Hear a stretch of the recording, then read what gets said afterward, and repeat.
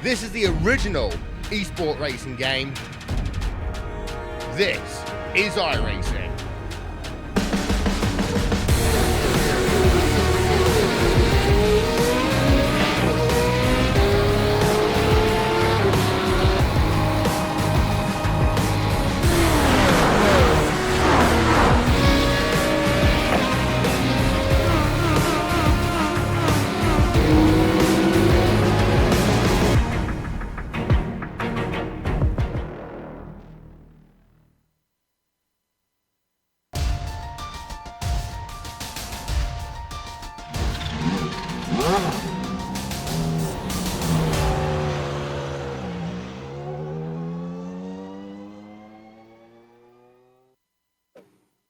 The majors can't seem to have a straightforward race.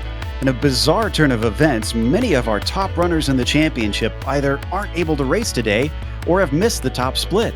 This opens the door for all those who've been looking for a chance to make inroads on the fastest shoes out there. But American stock car racing is a fickle beast and could remove any of them in the blink of an eye. We'll see what this unusual scenario produces in the championship as we get ready to watch the Majors Michigan 400. And you'll see it all live here on the Global Sim Racing channel and the iRacing Esports Network. Hi, I'm Joe Peak, and with me in the booth tonight is Bill Soup Zahn. Next to him is our very own NASCAR Peak Antifreeze driver, Christian Challoner.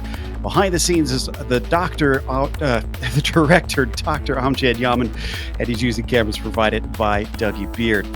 Christian, this place is starting to become familiar to you and I, having called a few cup races here already. But in case our audience is new to this circuit, why don't you fill them in? Yeah, Joe, we've done quite a few races here recently, but this is a 2-mile oval, so one of the faster tracks. It's got 18 degrees of banking in both corners, and we're doing 200 laps here tonight, so it's a really long race. I think we'll see a lot of pack racing, especially as the temperature kind of cools down towards the end, but we'll get you over to the lap guide now and show you what it's like to do a couple of laps around this place.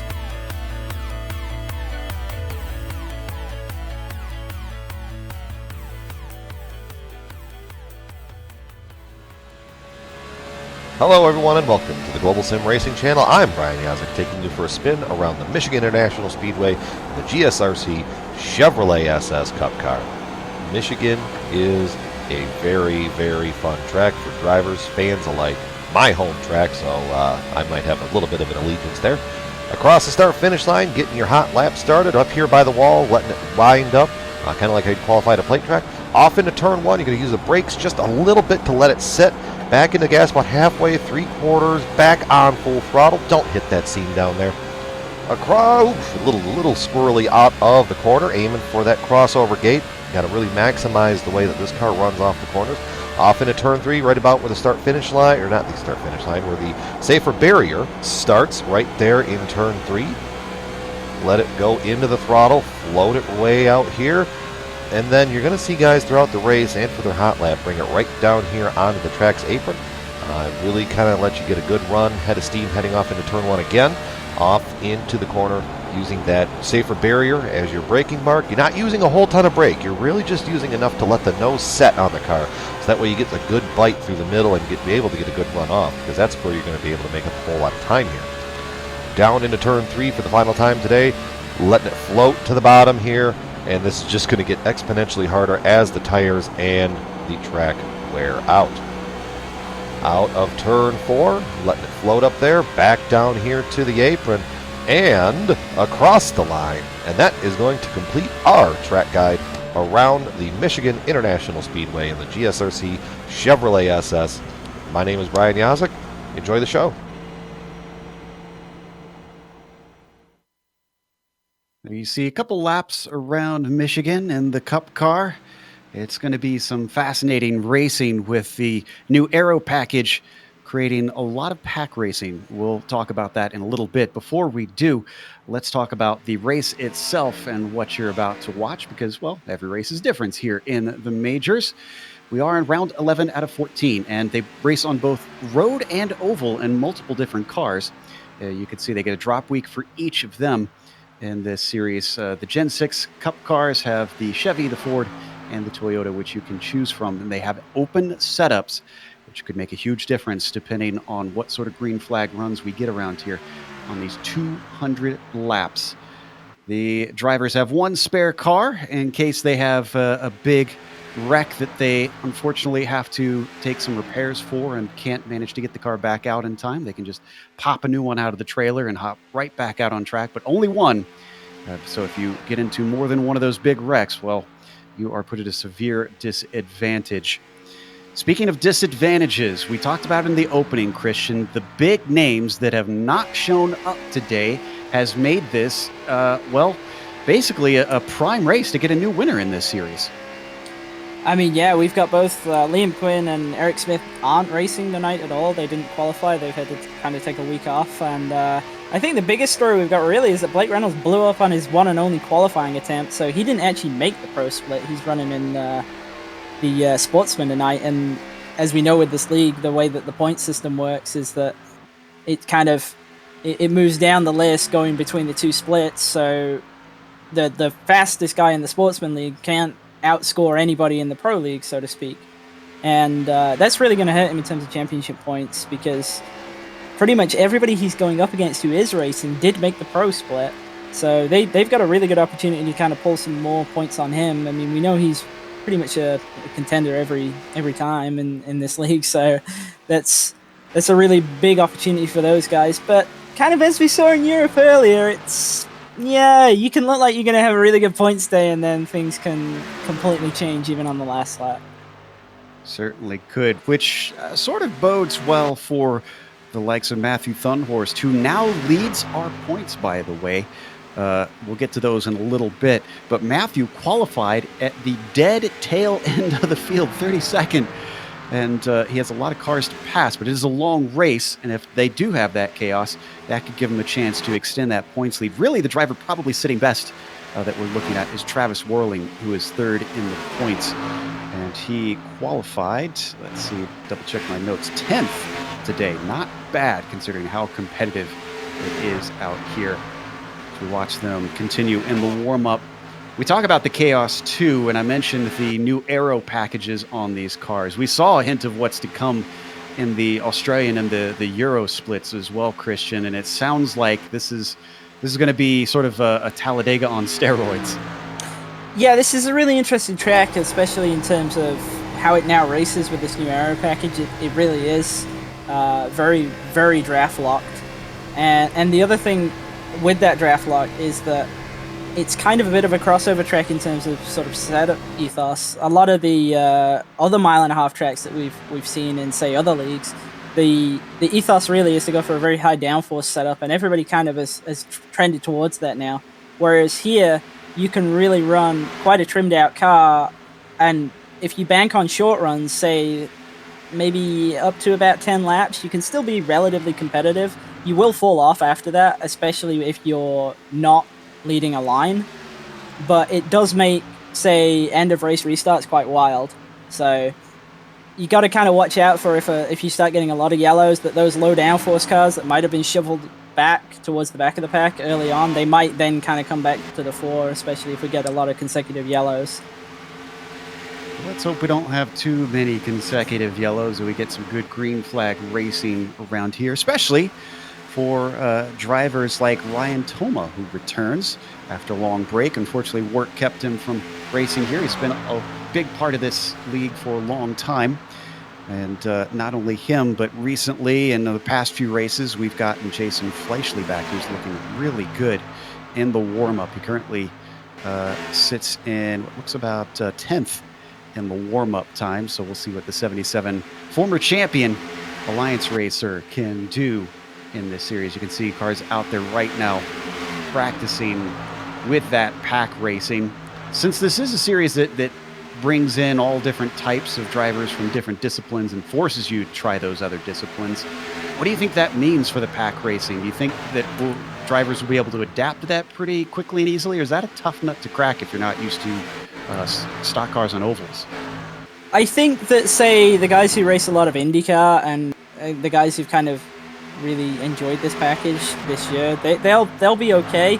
That said, you do have to keep in mind that you are racing people who don't race this a lot, and that the aero push can really catch you out, especially in 1 and 2. 3 and 4 didn't seem so bad in Europe earlier, but in 1 and 2, if a guy kind of sweeps across the front of your car and you sort of cross his line and his wash, then you get a tremendous amount of aero push, and it wouldn't surprise me at all to see a lot of guys catching the wall off of 2.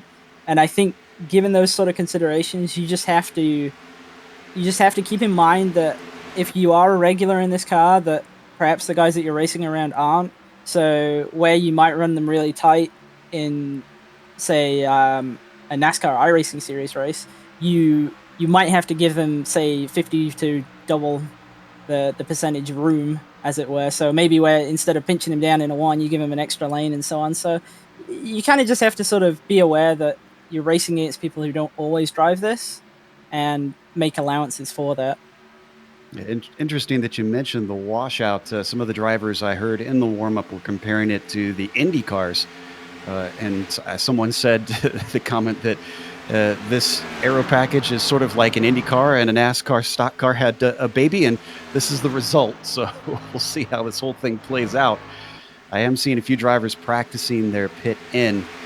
Now, you've had a chance to run this race, obviously, down in the Euro split, and many of these teams have drivers who run in various splits. So you've got an idea of kind of the different philosophies that some of the setups these teams have been going for. Have you noticed a trend in any of them, or does it look like everybody's kind of doing their own thing?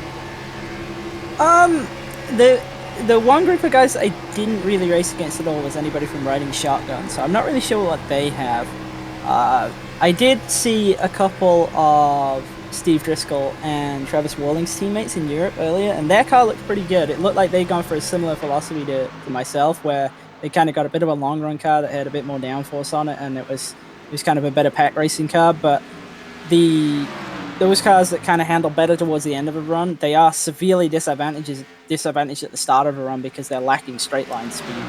And I know there's a couple of other cars out there, say, actually the pole sitter, John Medeiros, I know he's set up in kind of a high downforce config, so I have a rough idea of who's going to kind of have a bit of an edge, and if I had to pick one guy to really make something happen today, I think I'd pick probably Travis Walling. We'll keep an eye on him.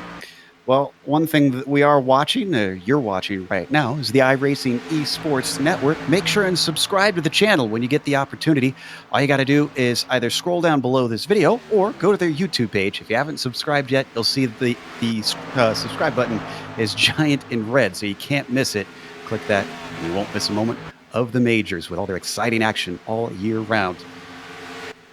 We've got just a few more seconds to go before we get to the grid. Drivers just completing the last bits of their warm-up. There's a relatively large field out here today. Question is, how many are going to be able to survive 400 miles and get to the checkered flag at the end? Usually in one of these Cup car races, we take Charlotte for the World 600, and that, of course, takes a little bit more time. This one should go a little bit quicker, we hope. So, our starting grid for today. Jonathan Medeiros will be on the pole with Daniel Johnson starting in second. Bob Beltrami will be P3. Then it's Josh Mertz on the outside of row 2 in fourth. Andrew Oakey in fifth position, and Marcus Tracy in P6. Daniel Knight will be starting seventh. Travis Worling gets in eighth position on the grid, and Brian McGreevy in ninth. Josh Kanata will be rounding out the top 10. Then we've got Jason Fleischle. We spoke about him a little bit earlier. He's starting 11th. Pretty good starting spot there. He's got a good spot on pit road. We've got Ray Partridge lining up alongside him in 12th. Then we got Jeff Schmeier and Rob Goll on 13th and 14th. Ryan Thomas returning to the series, starting in 15th. So kind of mid-pack for him. And Adam Young alongside him in 16th. Then we got Kyle Murphy and Lionel Callisto. Championship contender, 17th and 18th right there. And then Rob Powers, Taft Baldwin, 19th and 20th. 21st goes to Steve Driscoll with Steve Salstad in 22nd. Wayne Hutchison will begin 23rd. Lynn Kinchlow kicks things off in 24th at the drop of the green. Jimbo Pfeiffer will be behind him in 25th. On his outside will be Ernie Ludwig. Then you've got Wade Hayes in P27, followed by Brian Bennett in the 28th position. Josh Cully starts 29th. Matthew Thunhorst will actually start 30th, it looks like. William Fletcher 31st. Matt Gelder 32nd. Ryan Steele 33rd. And Ross Banfield 34th as the cars start to kick off and get on their way. We'll have one lone pace lap around here. Let's take a look at the weather, though. You were talking a little bit about this, Christian, that it is very hot out on the track today. Yeah, and I think that kind of we'll see it sort of tail off and get a little bit cooler towards the end of the race. That's definitely what happened in the European race.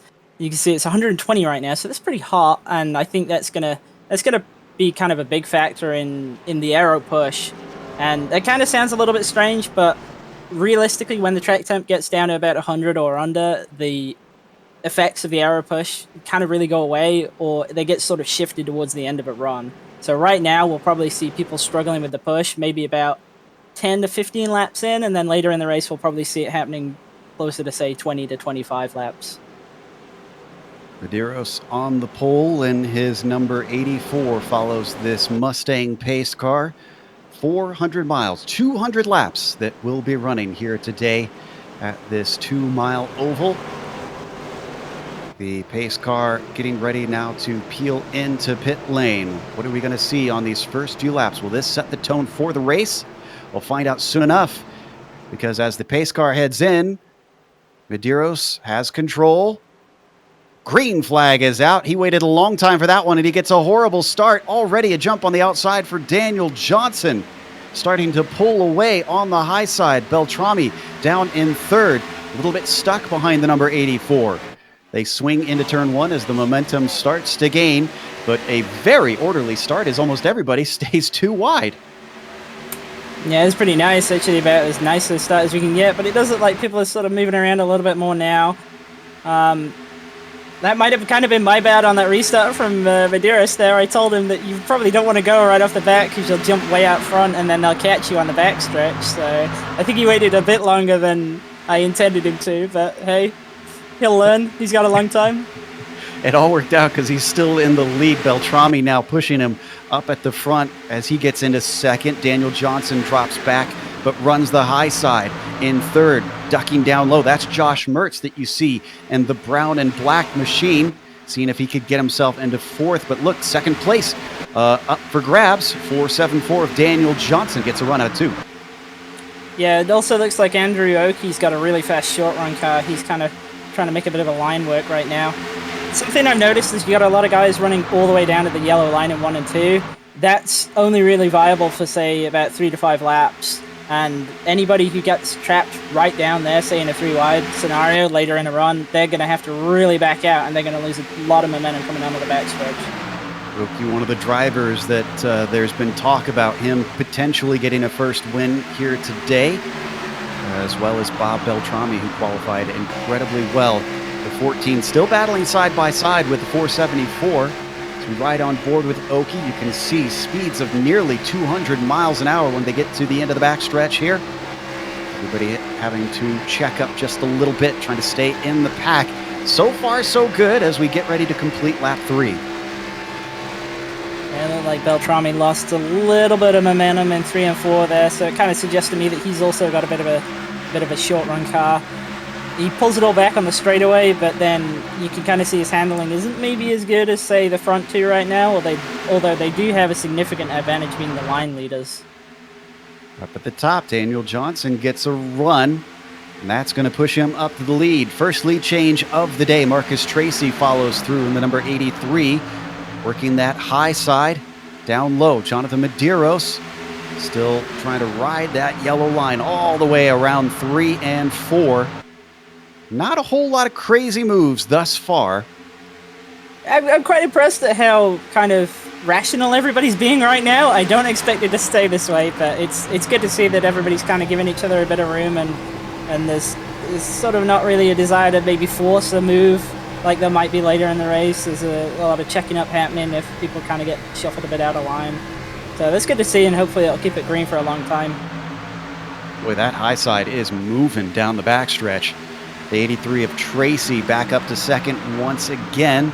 Shorter distance around the bottom, so Medeiros in the 84 gets it back. How's this going to look off the corner, though? They want to get up to the high side. He doesn't have the speed. He stays down low, continues to throw his hat in with Josh Mertz behind him in the 265.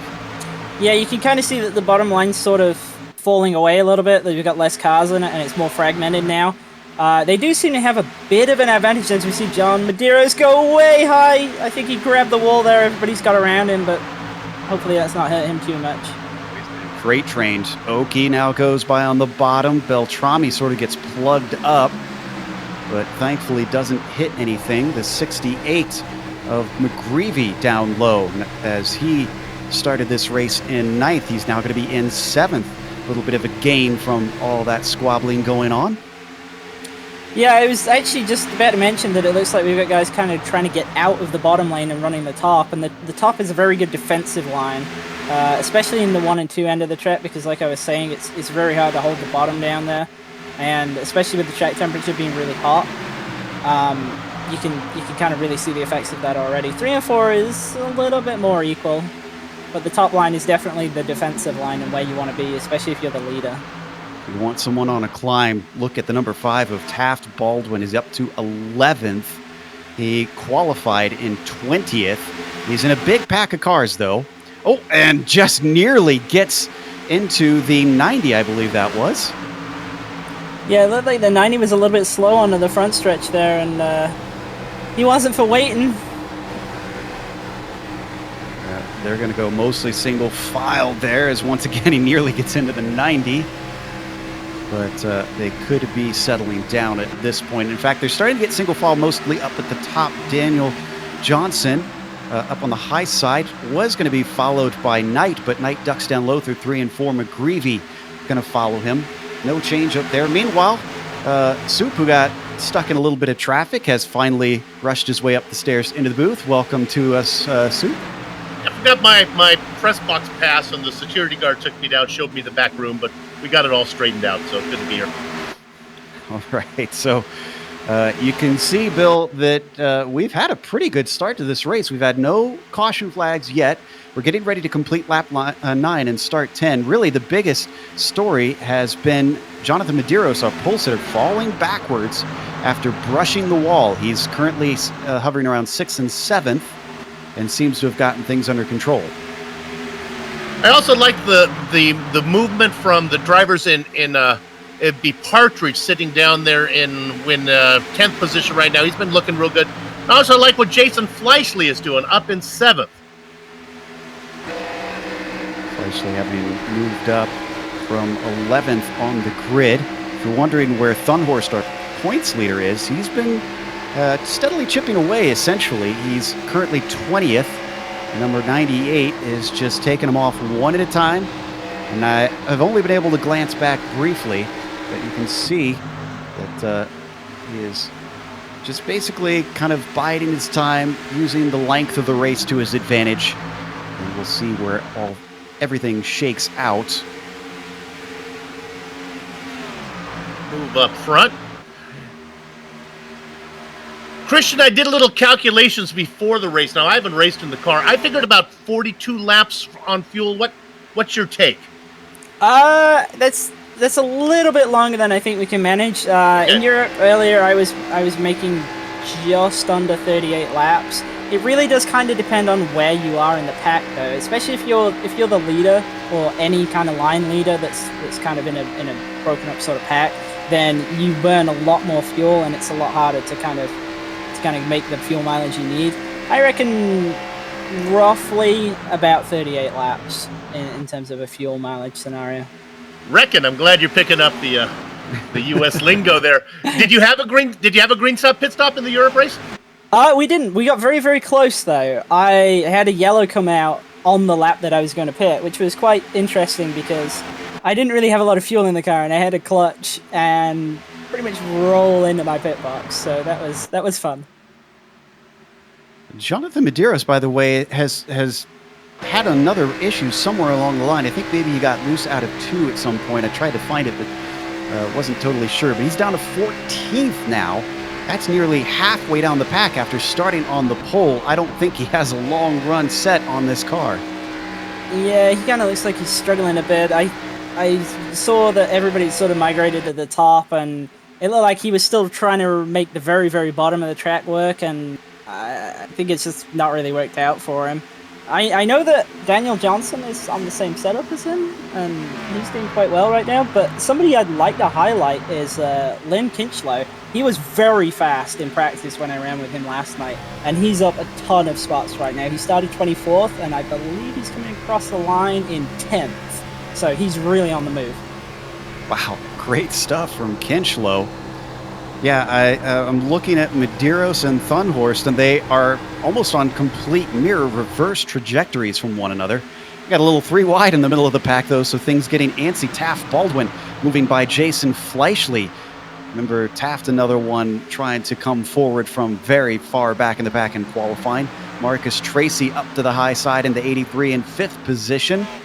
It was single file for a little while, and now it's erupting into a 2-lane race once more.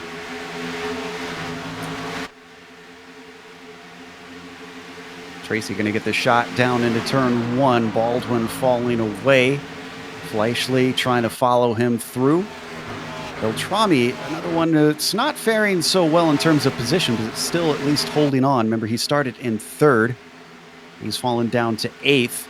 Side by side between Baldwin and Tracy now for P5, but that high line is the desirable one, so I think the 83 is going to come out on top.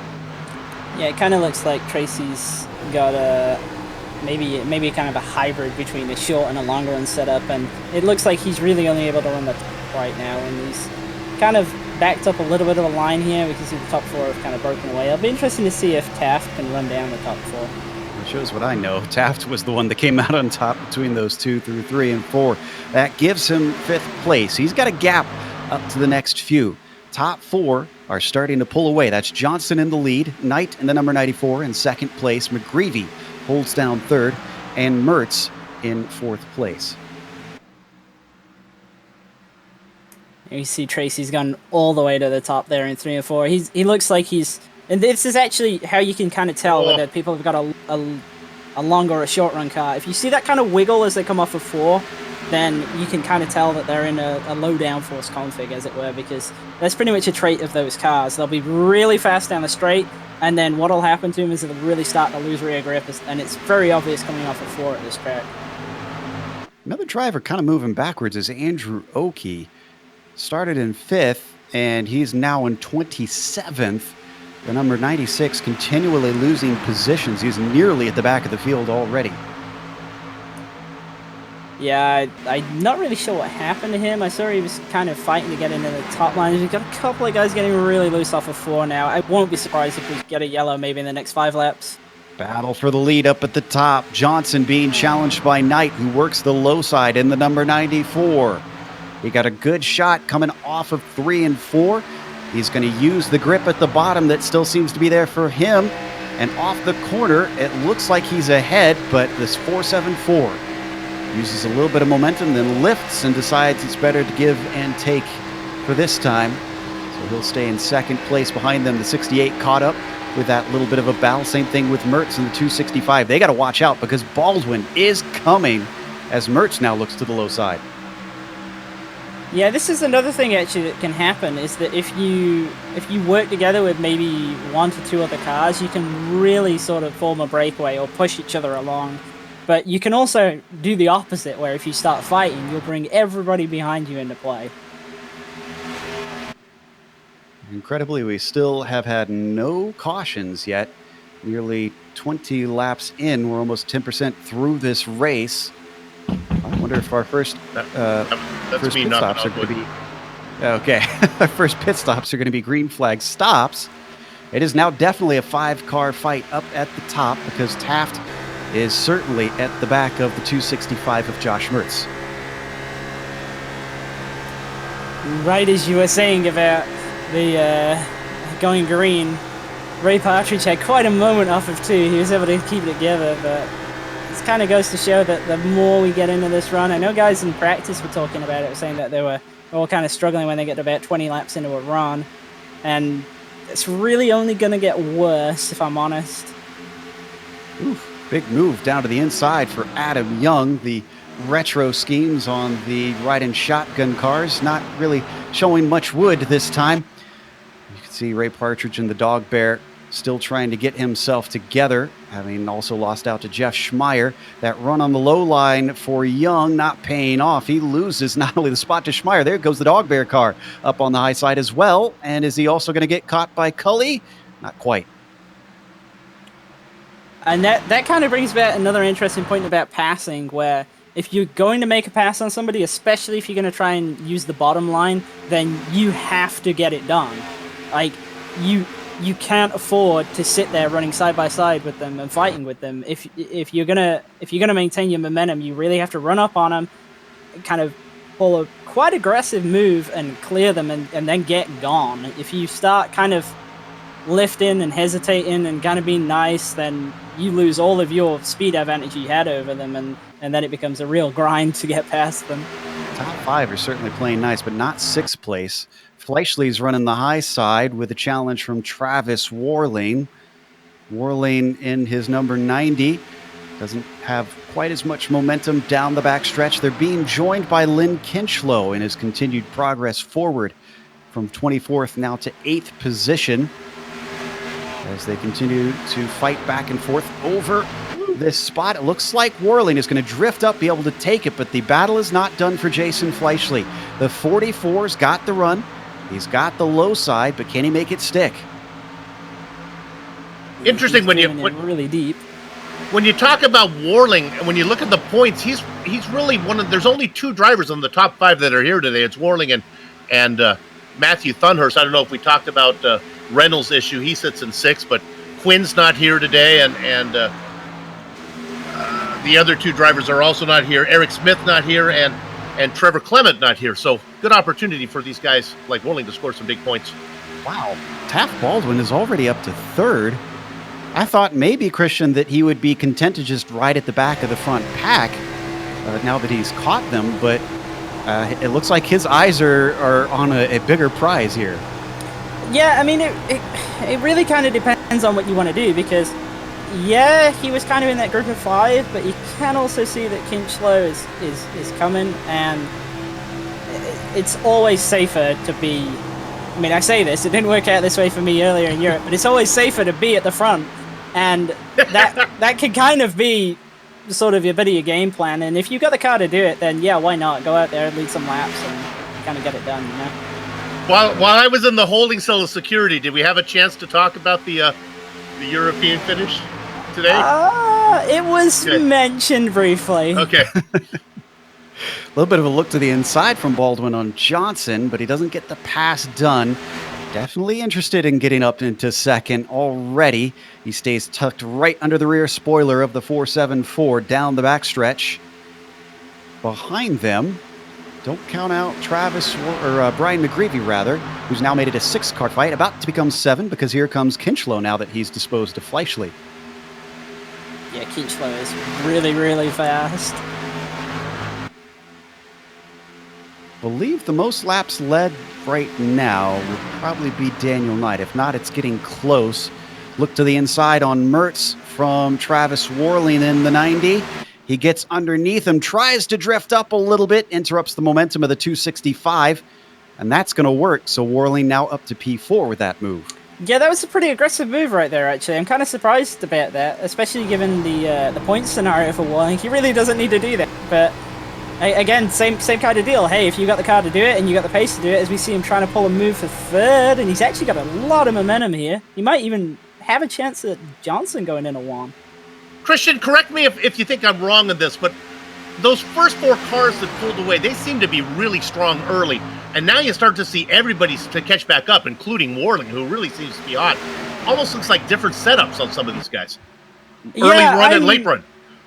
I'm actually kind of a little bit surprised that, say, Johnson and Mertz, and actually Medeiros as well, are not running better at this point of the run. Because I know that their ethos was a long run setup. So it's kind of surprising me that there's guys out there who look like they've got even better long run setups than they do. I mean, Warling is doing this on his own, Joe. He's going down to the inside and just powering by these guys. Yep, that gifts him second place. Is he going for the lead? Yeah, he is going for the lead. Look at that number 90 tucked down to the low line, just about a lane up from the yellow. And Knight is going to make this one hard for him. Thought I saw the 94 might have got in the wall a little bit there. Yeah, I saw sparks too, but I'm thinking he might have just been very close. Another one sent it in deep into turn 3. Can Warling get this done? Yes, he can. Our second lead change of the day.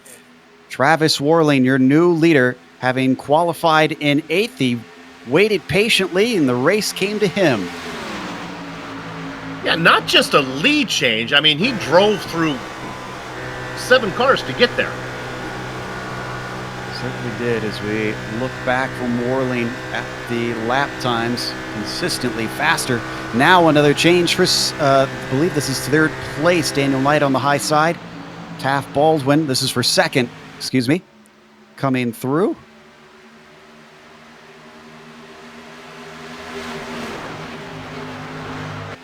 Starting to see a couple of these teammates come together. Baldwin and Knight, of course. And then don't forget, Fleischle and Callisto have been close together. They got split by the car of Driscoll briefly.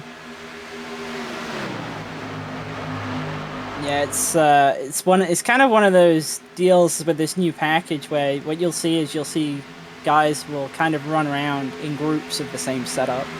So it makes it a little interesting, especially if you know that the person you're racing against is on the exact same car as you. And especially towards the end of the race where track position is king in those kind of battles, because you know that realistically you're not going to have any advantage over the guy that you're racing if he's on the same car as you.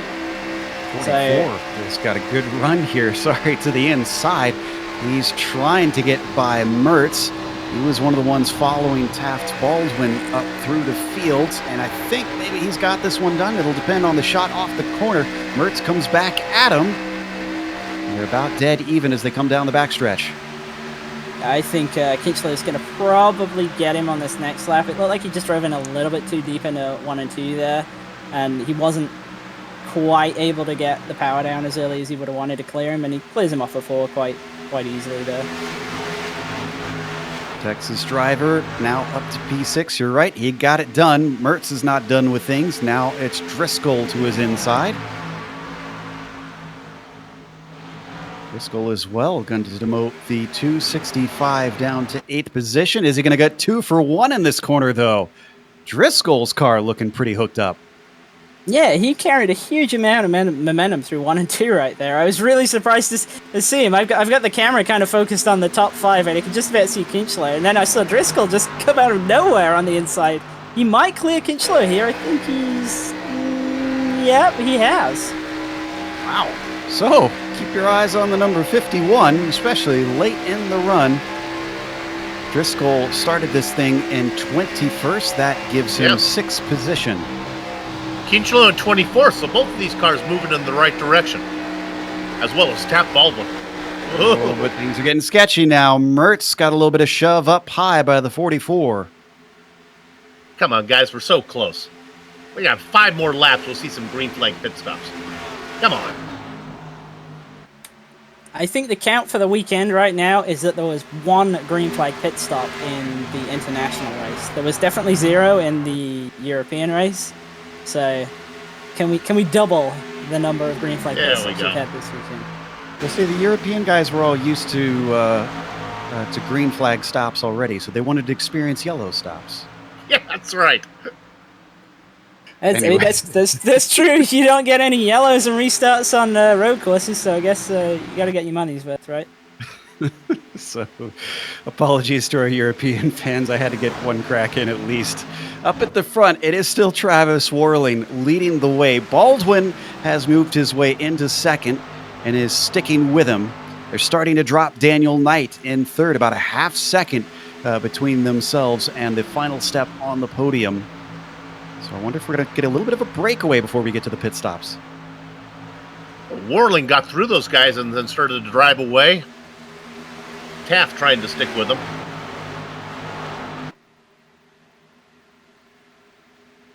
And of course, with the nature of qualifying here in the majors is you really don't know what you really got. It takes a stint or two before we see who's really going to be fast in race condition. That's a good point. Now, Christian, you were taking notice. Oh, and we got a pit stop happening. McGreevy. This is Worling. Oh, Worling and McGreevy. That's Kinchlow? pretty much on schedule for cutting it to say like 35 lap runs. Got a few in there. I see, believe that's Thunhorst as well coming in. Before these stops started, I was about to say you had your eyes on Bennett. That looks like he's not having the best of days. Yeah, I haven't really seen him involved in much, but he's just struggling to make progress. He started 28th, and he was scored 20th before we saw a couple of guys come to pit road there. And he is kind of picking him off slowly, but he's just not making as rapid a progress as some of the other guys who started around him. Driscoll pits now. Thunhorst, Bennett. one of the Alliance teammates of Bennett. Go ahead. Bennett, the leader in the Legends category, though. Somebody's going to go 42 laps just to make the co-commentator look smart here. Come on, boys. I would love it if they did, because the first thing I'm doing if they manage that is message after the race. Now. Medeiros now pits as well. He had stopped the bleeding finally, our pole sitter. He settled into 14th before the stops. Oh, but he missed his pit stall on a green flag stop, and that is going to be critical for the 84. Yeah, Medeiros not really having a great day so far, but there is still a long way to go, and we're almost certainly guaranteed to have some yellows, so I think he just needs to kind of get back collected and kind of run a good pace for the rest of the night now, and it might come back to him. We'll just have to see. Taft Baldwin continuing to pull away from Knight. We're getting closer to your mark, Bill. Going around again. Come on, Taft. Stay out there, baby. He's not coming in. in. He is as well. So he's gone longer than I thought. I was pretty sure that 38 laps was as long as you could go. They're already starting to get some of our drivers who pitted weaving their way through on the fresh tires, though. Hopefully this doesn't cause any problems, as they're still trying to get back on the lead lap. Riding on board with Worling, chasing down Baldwin is the only car he needs to be back on the lead lap if the caution comes out. Gotta figure Worling's doing okay out there now on fresh rubber when the pit stops are made. Baldwin's gonna have a hard time. Yeah, Warling's going to come out quite significantly ahead, I think. Certainly, Baldwin seems to be banking on that caution. Knight comes in, though. Johnson as well. Mertz joins them, so a three-car We got a spinner train. coming out of pit road.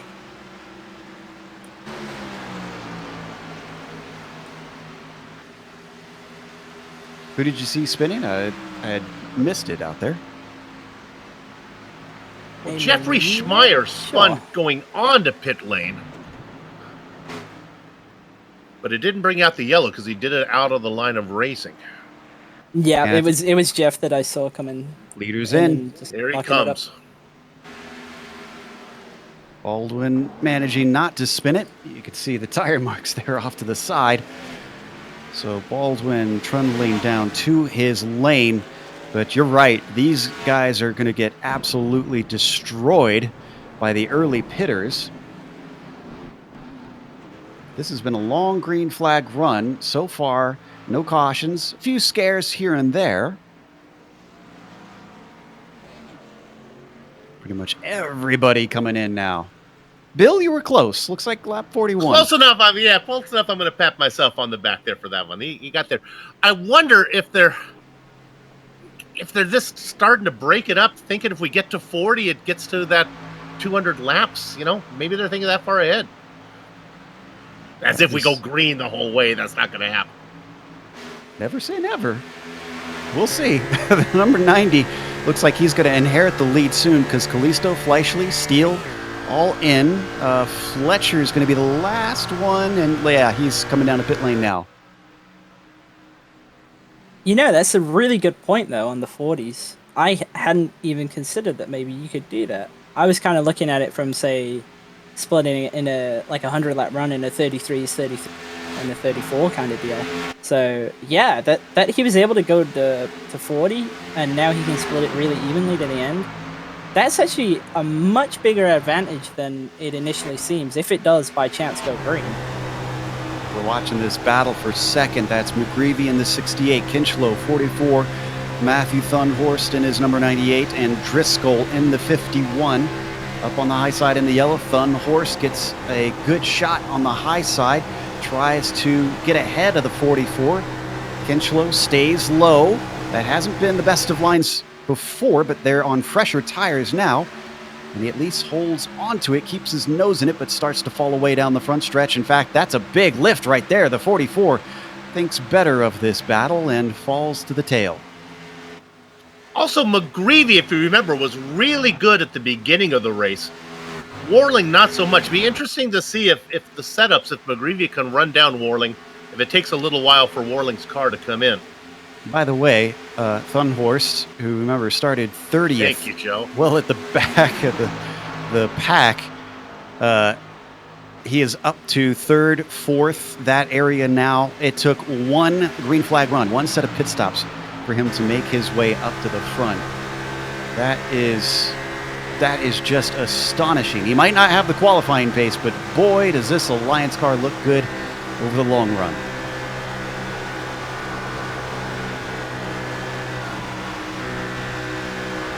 Stuck behind the unorthodox cars of McGreevy and Driscoll. He's going to duck down low.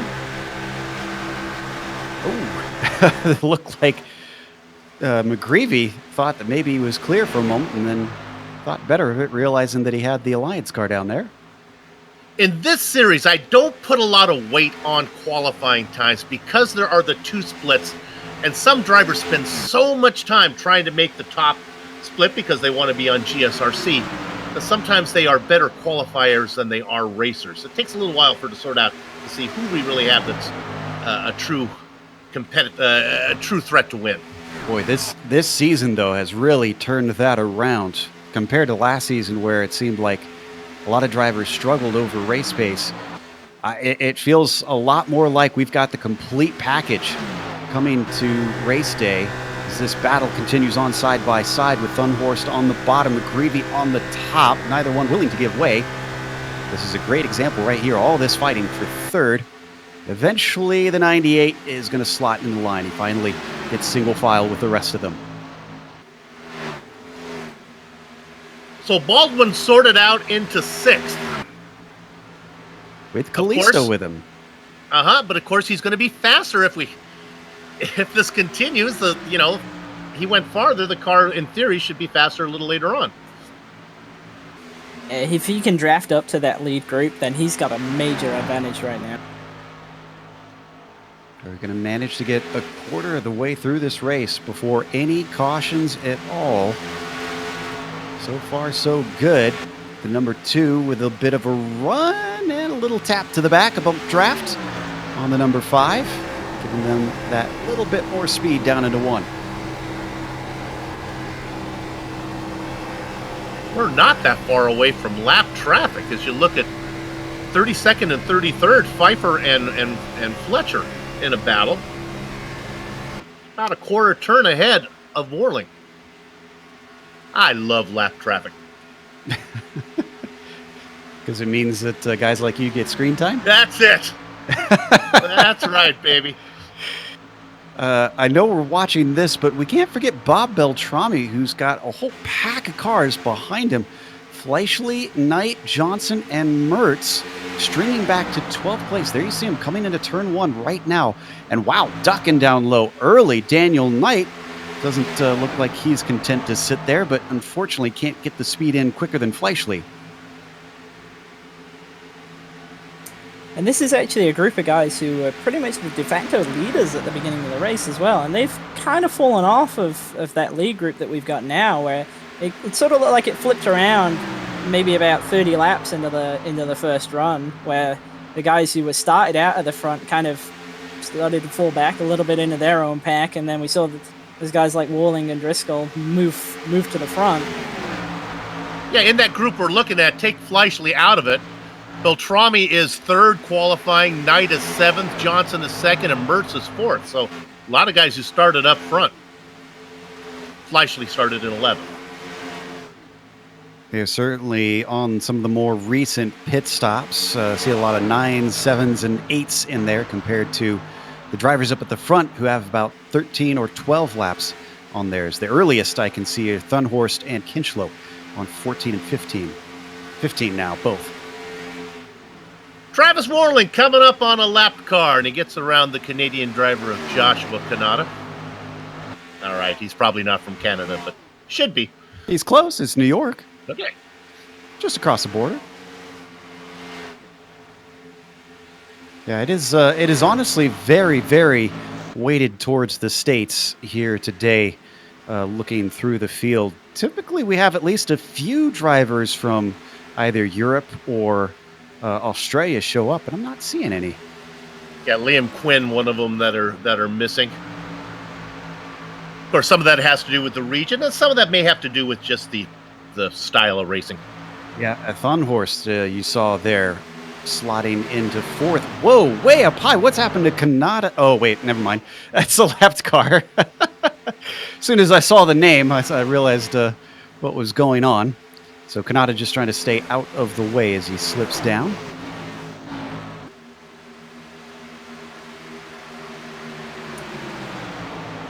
He's up back in the mid-pack. Ryan Toma, back from his absence, has managed to run in 16th, which is only 1 position away from where he qualified. So, hey, at least he's consistent on his return. Just ahead of Adam Young, who sat next to me as we called the Sebring race in the Absolute Beginner League today. Adam was really excited to be out there. First question I had for him, did you make the top split? He said, oh, come on, Soup. Of course I did. He loves his oval racing. Yeah. The Texan trying to represent here today, but he might lose a spot here because Ryan Steele's got to run. But Ryan's going to lift. Ryan's just going to play a patient game here. A lot of drivers seeming to do that. There's our pole sitter back there as well. That bright red machine that you see with the yellow numbers. The 84 of Medeiros has fallen to 19th now.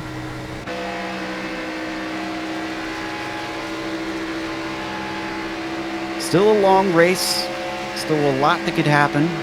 Medeiros may have lost his top spot and fallen backwards, but don't count anybody out. Still no retirements yet today. Everybody still running. Ooh, is Worling got a challenge here? Driscoll starting to gain. It's down to half a second. There's an old joke from the Soviet Union where Stalin gave a speech, and then after he was done, the applause went on for half an hour because nobody wanted to be the first to stop clapping. That's kind of what's going on right now. Nobody wants to be the driver that puts an end to this green flag run. Oh, wow. We might have a change down for third. I thought we were going to. Kalisto had a monster run on Baldwin, but then decided better of it as it would have meant 3 wide with the number 68. Ooh, 2 looking a little loose off that corner, though, Christian. Yeah, I was actually just looking at Kalisto, and I'm kind of surprised that he's where he is. And that sounds a bit strange, but hear me out on this. That he's right behind Taft Baldwin, right? But he pitted a lap after Taft, and I'm pretty sure that Taft had a decent lead on him in that first run. Oh, yeah. So Kalisto's really played himself into this. Certainly has. The Alliance driver still battling with the 68. As he tries that low line again. This is where he got a little bit loose before. He can't drift up high because McGreevy's still out there. So this one certainly not done yet. Talked about Taft Baldwin. This long run couldn't have played more into his hands. He stayed out there the first time. Now his car is really coming in. And he is coming. But we got a little bit of battle ahead of them. Nope, that's Ernie Ludwig getting lapped. Another of our cars going a lap down. Yeah, but Driscoll is also on the move as they're beginning to gobble up Warling. And it's not about traffic. It is about pace. Ooh, they're becoming a bit of an accordion, honestly, Bill, because Baldwin also gaining on both of them. So of these 3, the car at the tail of the trio is the fastest. Let's look at Ludwig quick in 30-30. He's got 2 cars coming up behind him, and the guy that gets pinned is Kalisto. Kalisto's going to try to go underneath him. Good heads up from the number 2. Didn't panic, didn't lose the car, but boy, did it cost him. Ernie, I feel for you, buddy. I feel for you. Just keep the car going in the straight direction. Right on board with Thunhorse, just behind now, having to deal with Ludwig. And I believe we do have Lucky Dogs on, do we not? I believe we do, yes. Haven't had a caution to confirm it quite yet, so... Yeah. Okay, this traffic is becoming a real factor now as Oki. It's hard to believe that Andrew Oki just went a lap down. Yeah, again, 5th on the grid for him. This is not looking good. Pfeiffer does a good job of taking the 00 up high. This is where we need Sean in the booth, because Oki's car always reminds me of Country Time Lemonade, and I can't remember who drove that car back then. This is from the late 90s, I want to say. I'm going to take a guess, and the YouTubers can correct me. I'm going to go with Kyle Petty on that one, but I might be wrong. I think he was Mountain Dew. I might have went the wrong beverage on that. Yeah, he was Mellow Yellow, I know, for Mellow a while. Yellow. We'll see if the Peanut Gallery chimes in and tells me who I'm thinking of. Could have been multiple drivers as well. Pfeiffer also getting lapped. It's getting really mixed up. Driscoll not able to do anything with it to try and pass Warling quite yet. In fact, he's still dealing with Fletcher. Now lets him through.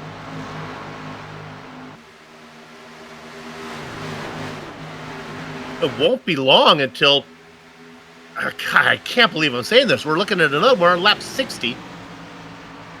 We went from about 38, so we're looking at 76. We're getting close. Yeah, the 40 plus 40 would be 80 laps. 80, yeah. We still got a little bit time to go. I can't think that we'd get someone in at this point. Speaking on that, it's interesting to note that I think Travis Warling pitted around about laps 33 to 34. Right.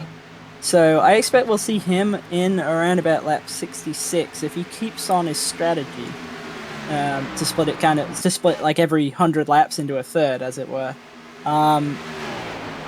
Given that, Taft is doing 40 lap runs, so I don't expect to see him come down until about lap 80. So we're going to have quite a divergence on strategy here. And to be honest, I think it's going to be in Taft's favor because the tires don't really drop off after, say, about 20 to 25 laps. So Travis is kind of at a big disadvantage here. I don't think that if by some chance the entire race was to go green, I think that Taft and Lionel are in the best situation here because they are on that longer 40-lap strategy. And I don't think that the tire advantage that, say, Travis and Steve might have by doing that shorter pit strategy is going to make up for how far behind they'll come out. Driscoll's knocking on the door. He's not just knocking on the door, he's through the threshold. And he is going to take the lead away from Warling, but Warling, with a little bit of an over-under, decides better of it. He's going to lift, and Baldwin says, well, you two can sit there and settle second place because I'm going for the lead down to the inside of Driscoll. I think the number 5 might have this one as they come off a turn 4, and indeed, we've got a new leader, but it's not settled quite yet. Driscoll gets a shot off the turn. Baldwin does lead the lap. It took just about the entire second fuel run from Warling for Taft Baldwin to make up the ground. Warling hasn't come in quite yet.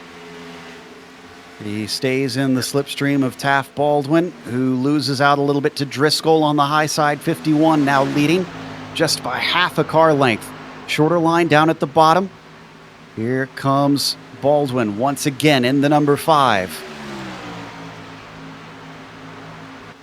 Leads another lap through. Okay, stick with me on this because this may get a little convoluted. The first time through, the difference in stints was about 6 laps, right? We figured that Warling came in with about 34 and Baldwin went to 40. This time, the stint's going to be double that. So you got to look for Warling to have even more of an advantage after the pit stops. Maybe. Because Baldwin's going to stay out for 8 more laps instead of 4. I don't know if that made any sense. Somebody can follow me on that, right? I can see where you're going with this. So the righted shotgun machine up at the front got a little bit of help down the backstretch from Driscoll last time. Driscoll not interested in maybe doing the same thing again because he looks low through 1 and 2. I thought Warling was going to fall off the way that he was caught, but he's settled in behind them, both Driscoll and Taft. They're going to be joined by a 4th car. Here comes Brian McGreevy. We haven't really said much about Brian, but he's been kind of just running his own race, and he's on a similar strategy to Travis and Steve here, so I think he's kind of locked into those 33-lap runs. I expect we'll see those 3 all kind of pit roughly at the same time. Oh, but we got a car in the pits. He's doing a solid job right here, running in the top 5. All right, a first taker for a second stop is Ross Banfield. I'm not exactly sure where he was running before that. I also see that Fletcher has left the session. So we'll have to try and figure out what exactly happened to William Fletcher, if he had a connection issue or what. All right, lap 66. What are we going to get here? Any takers? Nope. Everybody going to stay out. This is where Warling and Steve proved me completely wrong and somehow managed to do like 4. Yeah, I mean, there's nothing to say they can't try and switch their strategy up. If the car drives well on a longer stint, then might as well. I think if they believe they can stretch the field to that, then absolutely that's what I would be trying to do right now. That said, I don't know if they can because it's not really like Taft had a lot of fuel left when he pitted around about lap 40. That first car to pit, Banfield, is certainly making good lap times now, though he's 2 laps down, so he must have been at the tail end of the field when he pitted. Not sure that this will do much other than be a gamble to see if he can get some positions to get him back into the mid-pack.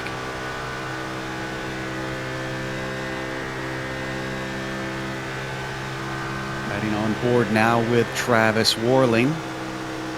Still holding down 3rd place. Earliest stopper last time by stays out 1 more lap. Yeah, Warling may have. He talked about it, Joe. There's no rule that says he has to follow the same strategy. He's got good pace going on. Coming down here. Tell you what, someone who may be getting a little bit lonely is our sixth place driver, Thunhorst. He's fallen away from the top group by a big margin. Granted, he's been on quite a long stint. He's on lap 34 of his stint right now. Kinchlow is well behind him on the same number of laps. They were two of our first, along with Warling. Leaders coming up behind Selstadt and Marcus Tracy. If you're just joining us, we have not had a caution yet, even though we're on lap 70 now in this Michigan 400, round 11 of the majors. Starting to get a little bit thicker with the traffic out there. Tracy stays up high, lets Baldwin through. Then Seilstad, is he going to do the same? Yes, indeed, just going to try and make sure that the leaders can get by without too much drama. If I knew the race was going to be so fast, I would have got here on time. Oh, that was a moment for Tracy, though.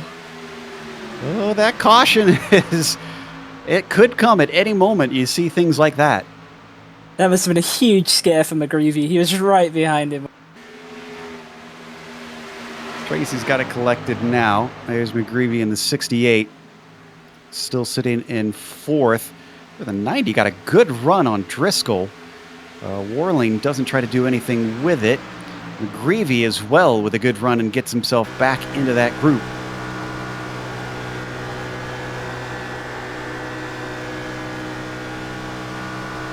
Had a few more drivers come in at the back of the pack, taking stops. Oki, Ludwig, and Kanata have all taken their second stop. Nobody from pretty much the mid-pack on up. Well, I hate to break it to these guys that stopped early the first time around, but they're not going to be able to do it on the same amount of stops that Baldwin is, because he did the 40 laps. These guys have got to come in pretty soon, just out of necessity.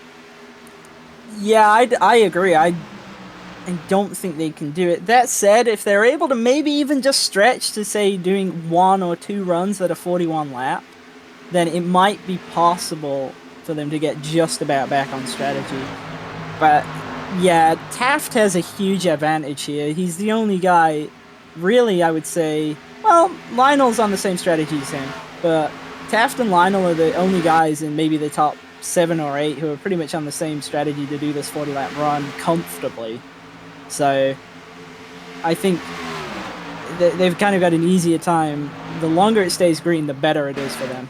On screen, we're watching Daniel Knight in 8th as he deals with both lap traffic. Andrew Oki trying to come back through. Jason Fleischle was trying to get a position on him. And they've got Beltrami, Johnson, and Mertz in line. See Oki with his fresh tires, though he's been slower than most of the other cars out there making easy inroads, and we've got Kinchlow in. It's a lap 74, that's really early. Yeah, but that, I believe, was a 40-lap stint for him. That might be as far as he could go. He's got nobody with him.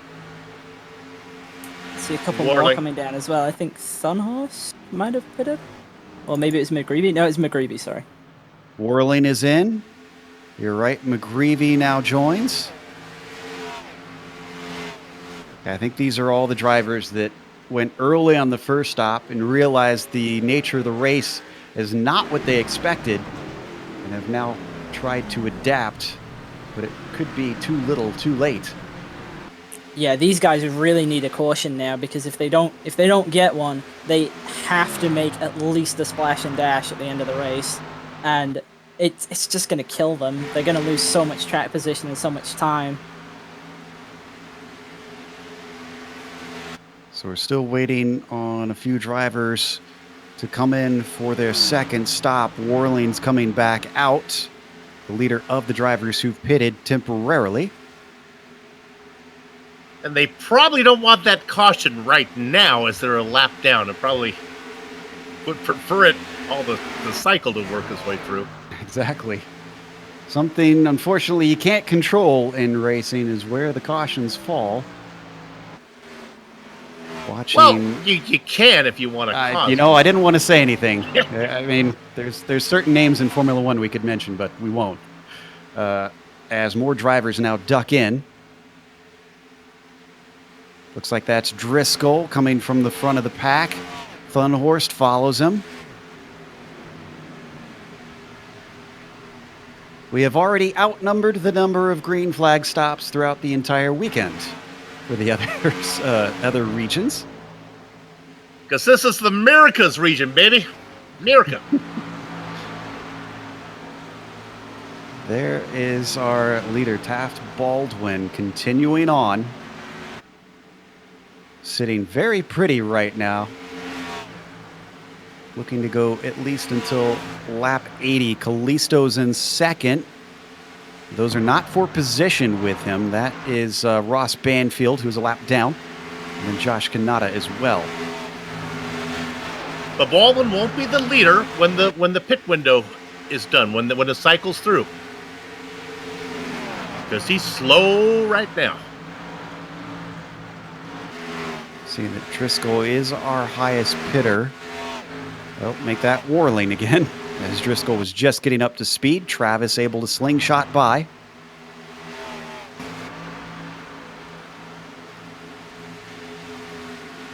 Is Ross Banfield actually in a battle for position here with Kanata? No, he is not. So he's actually just putting a lap on him. Daniel Knight is in.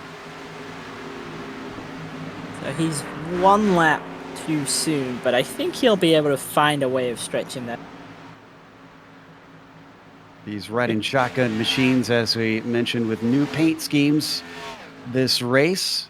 I was told they are sort of Miami Vice inspired. What that has to do with Michigan, search me. They're great, though. I really like them. Whoever put those together, great. they are awesome paint schemes. Interesting enough, Baldwin is your leader right now. The car directly behind him on the track is Travis Warling, a lap down. Travis is a flying. He may unlap himself before Baldwin actually makes the stop. Fleischle is going to make the Alliance driver coming down to pit lane. Looks like Ray Partridge, the Dog Bear driver, follows him. So Fleischle's somewhat close on fuel because I believe that was the end of lap 79. And here comes Baldwin. Warling goes around him, gets his lap back. Go ahead, Christian. Baldwin is completely on schedule. He's running a completely perfect race right now. It couldn't be working out any better for him. Oh, and now you will discover the joys of the commentator's curse, Christian. Being up in the booth instead of down on track. So we'll see if Baldwin actually gets to the end. Yeah, I hope not. I hope I didn't just kill him. Little Train is leading, baby. Only temporarily. Kalisto still needs his second stop. And is he actually doing that right now? He's ducking down low. I don't think so. Nope, he's going to stay out. So this is kind of curious because he doesn't need to do this.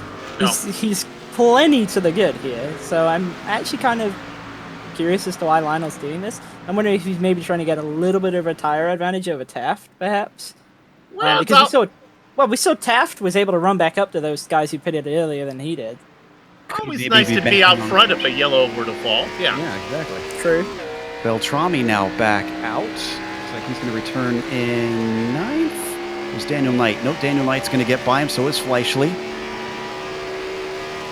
Looks more like 12th place because Jonathan Medeiros should be able to get by once he's up to speed, or have I spoke too soon? No, Beltrami's up to speed. He is going to get 11th. Can we look at our reader real quick? This is Kalisto. This is kind of an interesting little solar eclipse going on here. There's Taft Baldwin getting his lap back. Oh, did Ryan Steele run out of fuel?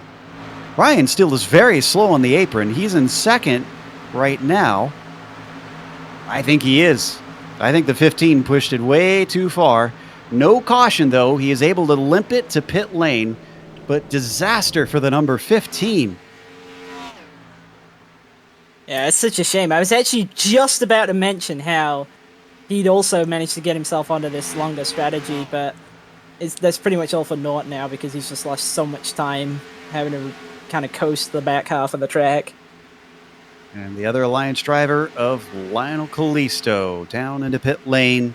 The last of the drivers that needed to take their second stop will hand the lead over to Travis Warling. Now, Warling does have a little bit of a tag-along. Jeff Schmeier is riding behind him, just using the draft. That's splitting himself and second place, or what will be second place, Steve Driscoll.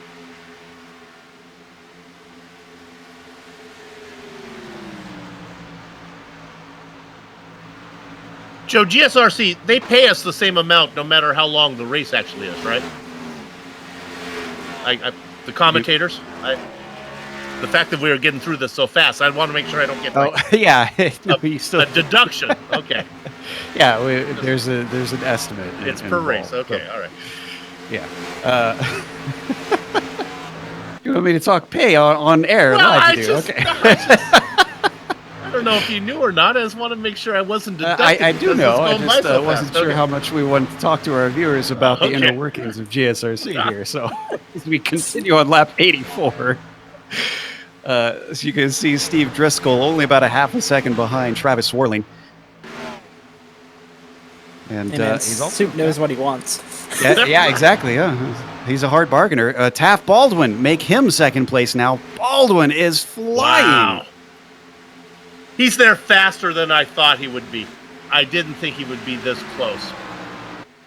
Also, look at this battle going on. That's McGreevy and Thunhorst. Thunhorst down on the low side, and the yellow number 98, McGreevy, and the number 68. That's not for position behind them. That's Rob Powers, who's a lap down. Some hard fighting here, trying to settle out fourth position just outside the podium. Yeah, this is easy, boys. Not sure how important this position really is. But I guess they're in control. Yeah, it's hard but fair, as they say. Oh, and Baldwin up into the lead. Oh my goodness, he got there really fast. 6 lap fresher tires will do it. So let's take a look at how this happened. The number 90 really had no way to hold him back. Look at this. Even with the lapped car in there to act as a buffer, 2 for 1, and that brings the number 5 up to the top spot. That pretty much comes back to what Soup was saying, actually, that kind of his advantage is going to be doubled, and I guess tripled relative to the first cycle, and it's going to keep going that way, and that's where this whole, I don't want to say 33 lapper because they're kind of not doing that. The guys who are doing the shorter strategy, it seems really weird to me that they're not committing fully to doing those 33 lap runs because they're running out to like lap 70 and so on. Whereas if they were doing 33s, they'd be running to like 66 and 67. So it's really confusing to me because they're not taking they're doing neither. They're not getting enough fuel mileage to do the long strat, but they're not getting any benefit from what they're doing. Couldn't agree more. If you're gonna do it, get advantage of coming in early. Right, exactly. Because you have the same amount of pit stops if it's whether you go 33 or 38, right? I mean, you have to take the same amount of pit stops.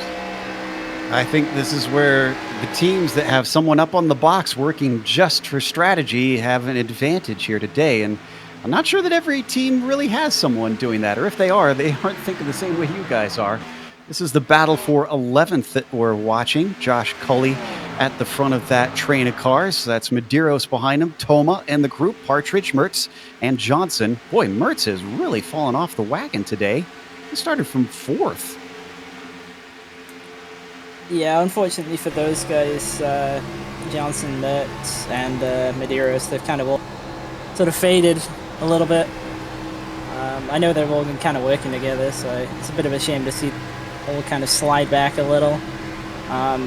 Maybe later in the race, if it goes a bit more short run, it might come back to them a little bit. But I'm sure they're a bit disappointed with how this is running right now. Ooh, big run down into turn 3 for Toma on Medeiros, but he can't do anything with it. He checks up so that he doesn't get into the back of that red machine. what was a battle for 11th is starting to split apart because Cully is pulling away. Instead, now it's a battle for 12th. Medeiros trying to fend off all comers. Viewers, to be honest with you, Christian and mine conversation about pit strategy, it's really philosophical, like why is the sky blue? We get a yellow flag and all this, everybody gets back on the same. Everyone gets right back where they were. We're about to hit halfway without a caution, though. Yeah, I know. Oh, you've said it now. Yeah, well, maybe I'm trying to throw a wrench in the mix. Who knows? As we look at the number 51, running third place, Steve Driscoll, also falling off of Warling and Baldwin. Baldwin just, he is taken off like a shot. He's already got a 2.5 seconds over the next car back. Well, I'm telling you, though, if you get between the ears of the drivers, you go 91 laps of green flag racing, you do not want to be the guy that causes that yellow flag. If you're in a yellow fest, who cares if you're one of the guys who make a mistake? We may go green the whole way. It would be a really interesting race in terms of strategy to see that, because as it stands, I think the only two people who have a chance of winning this race if it was to go green the whole way is Kalisto and Baldwin, because nobody else in that kind of top group of guys right now is able to make it to the end on one less pit stop aside from those two. So if it did go green, it's absolutely between those two, and I think the interesting thing for me, which is not really going to be able to be played out kind of on screen, is if Lionel, with his newer tires now, because he's got 4-lap fresher tires than Taft, is how much he can run Taft down over this run. Watching Jonathan Medeiros lose yet more positions. Once Toma got underneath him, Ray Partridge was not going to sit around. The Dog Bear car is looking to see if he can finally solidify this 13th. As they come into turn 1, has he finally got it? Yeah, I think he has now cleared the number 84. This little pod of whales here has yellow flag written all over it. Let's little bump draft there from the 84 of Madeira and back of Partridge. Careful, guys. Well, the good news is they all speak whale, so that seems like they've been able to make that pass happen cleanly. As now they're going to try and break the draft down the front stretch. Toma ducking down low to see if he can get Partridge away from him.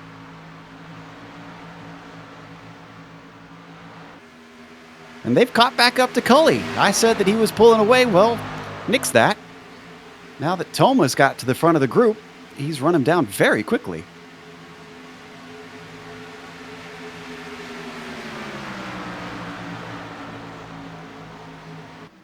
So it is once again back to, let's see, 1, 2, 3, 4, 5, 6 cars fighting amongst each other. Oof, but Medeiros is feisty about trying to get that one back from Partridge. Look at that move. Yeah, he's kind of on the sort of pseudo-preferred line right here, being on the top, but Partridge has been able to get clear before he got down into turn 1 and probably ended any chance that Medeiros had right there. That certainly checked them up a little bit, because you can see they dropped a gap up to Toma and Cully. Those two starting to pull away a little bit. I'm sure they'd be happy to let them fight amongst themselves. Well, they try to see if they can run down the next car up, which would be Bob Beltrami just in the wall. That was Mertz. Yeah, it looked like he just got loose off of 4 and had the wiggle, and he have enough to kind of get it straightened out before he got to the wall. Did look like he kind of got in it fairly good, so that's going to hurt him for sure. And no caution still. The 265, he looks a little bit down on pace. To his low side was Daniel Johnson. Probably glad that he gave him plenty of room off the corner. There you see the 265 continuing to fall back now that he's in 16th and dropping. He hit it pretty good, but he hit it pretty flush. It was a nice slap. Certainly doesn't break up this group, though. Still being led by Josh Cully in 11th. Toma had a little bit of a look down into 1. Nothing doing there. Medeiros drifting up a little bit high, looking to get momentum off the corner. He gets a little bit, but just not quite enough. Partridge also with a slipstream on Toma. He's going to duck down low. And here comes the 88. Deep into the corner, but has to check up when he can't drift up. And a big bobble. Was that Toma? That was. He catches it. Look at the momentum that lost him.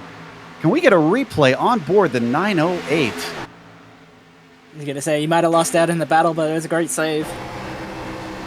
Certainly did. Look at this little snap. Woohoo. And I mean, those are the ones that, like, they're the evil ones that wreck you. Because they just, like, you feel the rear end kind of just, it does this weird thing where it's almost like the track bar just disconnects for a moment. And you go, oh no, because you know exactly what's about to happen. Well, back to our leader as we come back live. Baldwin leading by 1.5 seconds at this point. We'll take a quick break here at the halfway mark of the Michigan 400, round 11 in the majors. Don't go away. We've got a lot more racing left to go.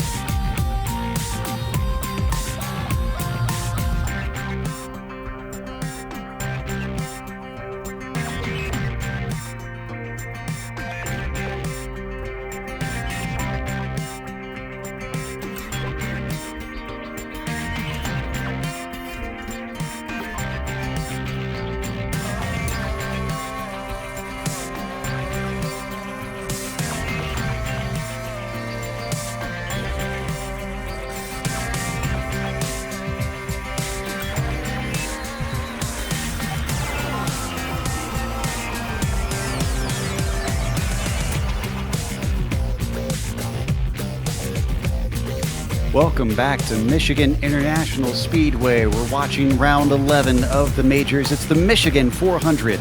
Your current leader is Taft Baldwin. And though he pulled out ahead and pulled himself a nice little gap, it's starting to swing back a little bit.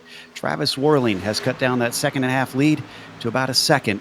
Driscoll currently runs in 3rd. But we've got a lot of packs of cars running hard against each other, and though we have not had a single caution, there keeps being moments where it looks like eventually we could get one. If we could jump back to Ray Partridge in 11th, because really this one has been hot for a while. Cully now on the high side being challenged by the 88, and the 474 of Johnson is a little bit bottled up as he gets a run down the back stretch. He's going to make it 3 wide anyways. Here we go. Is this the danger we've been waiting for? Way up high, Cully tries to carry the speed. He does so successfully. The 474 tight down to the low line. This is going to be a horrid run on the front stretch for him. And it plays out just as you'd expect, but look at Medeiros trying to take advantage of this. Oh, and he has to get checked up.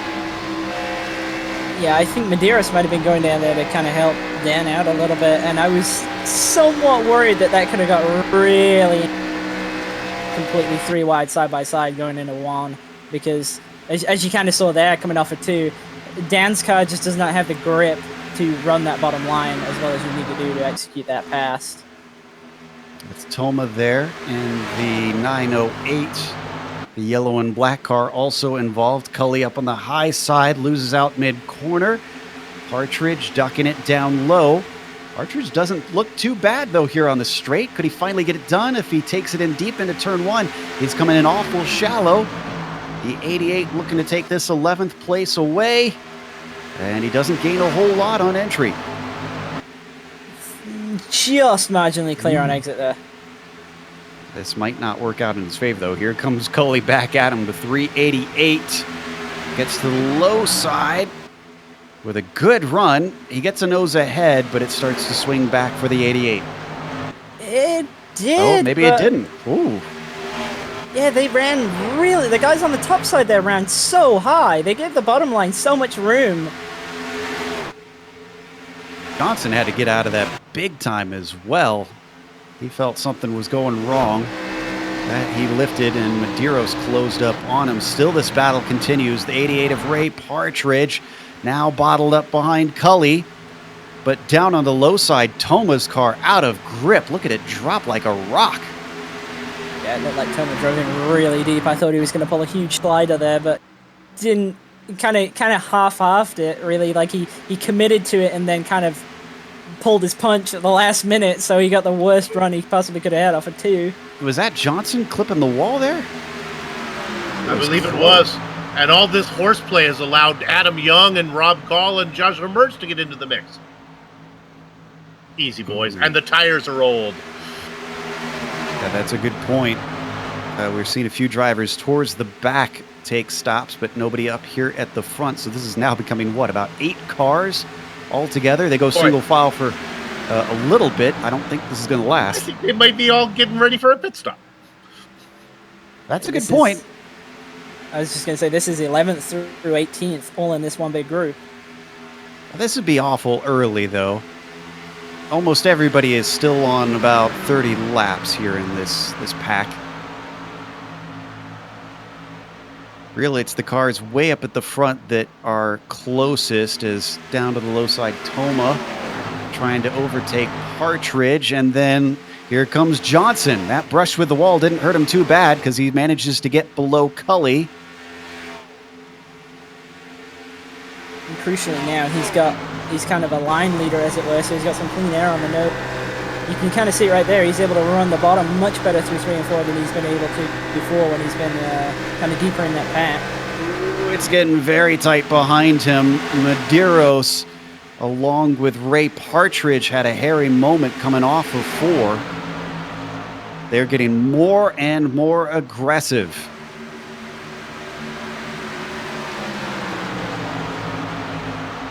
In Medeiros' defense, I've seen him have some incredible runs that he has just bailed out of because there was nowhere to put the car.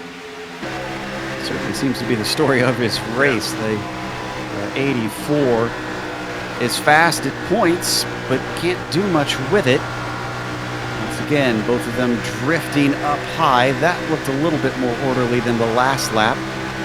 Young not trying to push the issue. Same thing with Toma down low. This is going to work out for Partridge well, who gets a great shot off the corner.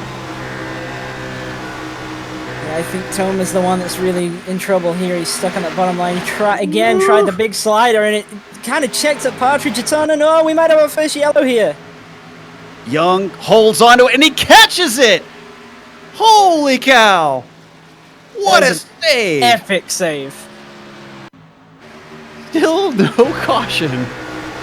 Here we go from on board Young. You're right, it's Partridge who's going to catch the wall, and that just, you know, it almost looks like Young just lost the car on his own in that. Trying to check up. I mean, it's really easy to do because turn 2 is really the danger corner here, and if you have to kind of do any kind of line alteration, it can really mess you up. But it was a great save. I thought he was going around completely. Somebody get Alex Horn on the line. That looks like a top 10 highlight for me. Looks like Young elects to come in after that scare, get himself some fresh tires and maybe some fresh underwear. Whirling in. McGreevy as well. That's about expected. I think we're going to see Thunhorst in soon. He's on lap 38 of his stint.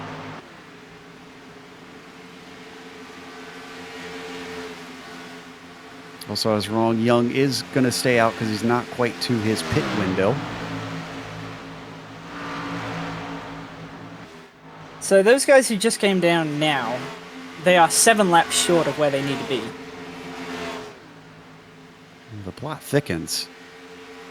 Morling is back out. The highest of the drivers who've completed 3 stops. Even with a yellow flag, Christian, that's not enough to get there. You're going to need a couple yellow flags on a stint to be able to stretch it. It will be 1 yellow will make them very close, I think, because you're usually about 5 laps on the yellow.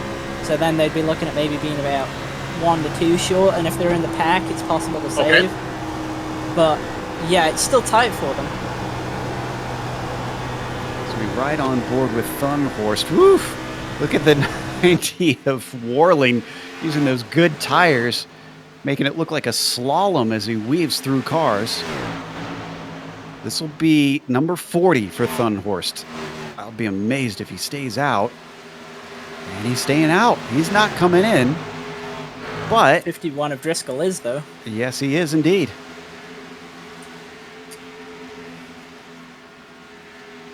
So, down the pit lane, looking for his stall. This is going to be crucial that he hits it cleanly, and he does. I actually think now Baldwin might be far enough ahead. He might be able to make that stop and come out ahead of Warling. Warling's flying on new tires, but Baldwin's coming in 2 laps from now. Josh Cully in the 388 pitting as well. Yeah, that's Driscoll definitely heading possible. out now. Thunhorst finally takes his stop. And that's just behind Cully, his teammate. Looks like Warling was easily able to beat Driscoll out. Driscoll with 3 lap fresher tires. Is that going to be enough of a difference? Taft Baldwin, currently our leader, stays out yet another lap.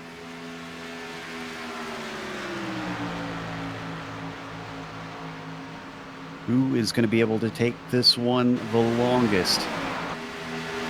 While the lack of cautions has spread the field out, it has made it one of the most fascinating strategy races we've seen in a while here on the majors. Poor See, line. this is... Sorry, I was just going to say, I think everybody who's pitted already at this point is short, or they are, at best, they're going to have to save at least a lap over these last 2 runs if they're going to try to stretch it out. And Baldwin is in. And I expect Callisto now to go around for a while like he did last time and hope for a yellow flag to come out during these few little laps here, and he can catch a few guys out. Callisto's been doing 41 lap stints, and he is on 36. So, yeah, he's got a little ways to go now. It's interesting that Taft just pitted, though, because he actually pitted 1 lap earlier, and he should have. Yeah. Maybe the fuel mileage wasn't as good. They were pack racing a whole lot more before. I think something happened. Yeah. Baldwin missed his box. No. This will definitely put him a lap down. He's going to have to come around again. Does he have enough fuel? Oh, God, that's an interesting point, too. Sorry to interrupt, Bill. Go ahead. Well, Chris and I were talking about him being able to pit and come out ahead of the guys he was racing with, and sure enough, I watched. Well, he's coming out way ahead, but that's easy when you don't actually stop for gas. Yeah, I really feel for him because it kind of does look like he just missed where his pit box was, and yeah, I think he's really given up a chance to win that right there by doing that. I mean, it could still be a yellow, but it's really hurt him. I think that puts Lionel in a completely commanded position now. That's Bob Beltrami that we saw coming in for his stop. Oh, and just in front of him, Daniel Johnson. Oh, and both Mertz as well. Both of them going way beyond their pit stall and having to back up. It was much cleaner for the 14 who is back out and running.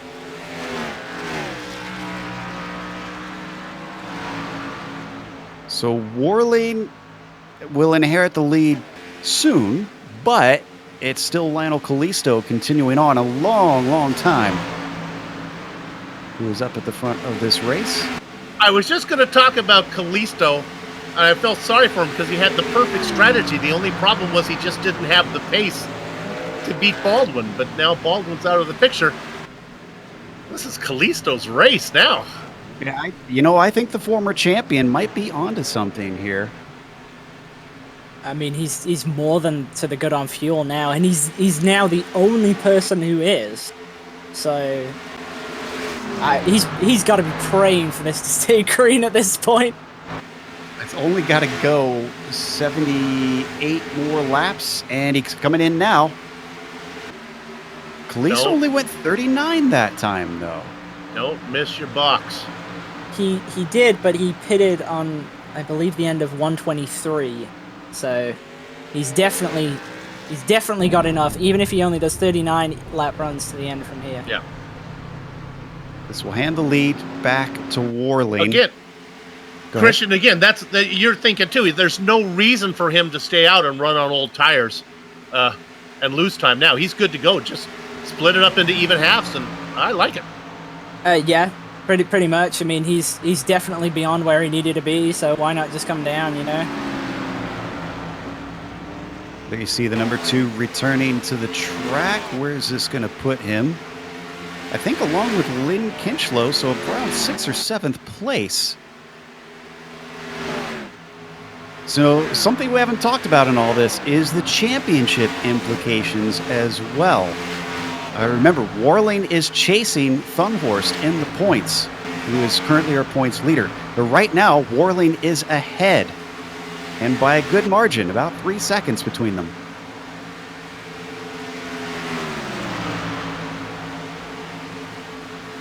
I think points-wise, this race is going pretty well for Warling. I know he's going to drop back a little bit. If it does go green, then he's definitely got to pull at least a short splash and dash. So he's going to drop away from where he's running, but with most of his main competitors kind of either on the same strategy as him or not even in the same race as him, I think this is going to be a relatively good day for him. Certainly will, but I have to imagine he'll be hoping for those 500 points for the win, because that's 50 more than Thunhorst will get if they finish as they are now. And though that won't get him the lead over Thunhorst, that cuts down a 156-point lead by a good chunk. That's true. Sorry, I was just going to ask, when was the last time that we actually saw Lionel Kalisto win a race? I'm curious. Mike, well, he is a former champion. He must have won one when he won his championship, I would think. Yeah, he did. I believe it was very few, though. But I know Mike is usually listening in, and he tends to have stats at the ready. So, Mike, when was the last time we saw Kalisto Little Train win a race? In fact, let me see. He has not won one this season. He's had 2 top 5s, which is good enough for 7th in the points. As we watch Daniel Knight just ahead of Jason Fleischle and Brian Bennett. Bennett, though, is not in for position amongst these two. He's a lap down. Speaking of guys a lap down, Taft is actually now also scored down. Where did he cycle out? I think he cycled to 21st right now. Yes, you're right. And 1 lap down. We only have 11 cars on the lead lap. Ray Partridge is the last of those. He's close to getting lapped by Warling coming through. He's looking a little old school NASCAR, honestly, Bill. It is indeed. I'll have to follow up on Baldwin. He really shouldn't be a lap down. I wonder if he ran into more issues. So we see Kalisto with those fresher tires. 7 laps fresher than those ahead of him. 10 laps fresher than McGreevy that just went by. Is really slicing through the field. That gives him 4th place. I mean, honestly, it's going to be pretty trivial for him to cut through these. Gets tire advantage. Christian, you kind of stole my. That's as long as he can stay within shouting distance of the leaders. It's really he just needs to stay out of trouble because it's not a matter of pace now. It's just getting there. Yeah, without kind of trying to put too much pressure on him, he's in such a commanding position. The only thing he can do is screw up. Like, nobody's going to beat him on strategy. Nobody's going to beat him on raw speed because of the tires. He just has to go around, log laps, pass the cars when he gets to them, and just stay out of trouble. Bill, are you still near that wood? The longer we go, and again, the pressure on the drivers not to make a mistake gets that much more important. So, yeah, I think we got a shot at this.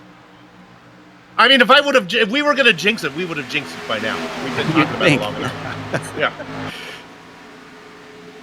Kalisto still got 7 seconds up to Driscoll. So ways to gain up to that group we're seeing just ahead of them. That is Thunhorst. And things have evened out between Thunhorst and Warling. It is still 3.5 seconds between them. At this point, they're cruising and trying to work their way through a lot of lap traffic, you have to say. This is Adam Young, Daniel Johnson, and Rob Gall in amongst them. To be honest, it's kind of lap traffic that might spoil this long run. Really, the just closest trying to get it through him. The closest fight up with this top group is for second, Thunhorst and Driscoll. Driscoll split by Rob Gall up to Thunhorst in the 98. So we ride on board with Steve. And now you got a lot of drivers with different agendas. You got guys on newer rubber, guys on older rubber, guys on the lead lap, guys several laps down, guys fighting for positions, guys kind of getting out of the way. Yeah, it starts to get a little bit chaotic. Another question for the Peanut Gallery stats-wise. When was the last time in the real world we had a cautionless race in NASCAR? I know that happened at Talladega once. I think with that, you might have to put the stipulation in there that excludes like stage breaks and stuff. Because I think they count those as yellows. Yeah, see, I mean, we won't have any in the last few years. I count those as cautions still. I'm talking green flag from the first wave of it all the way to when the checkers fell. So, in fact, I think that cautionless race at Talladega set the speed record, average speed record for a NASCAR race, and I'm not sure that it will be broken. At least not until things change in the rulebook. What we're looking at right here, what our director's fan, this is Adam Young ahead of Daniel Johnson. Then the third car in line, that's Matthew Thunhorst.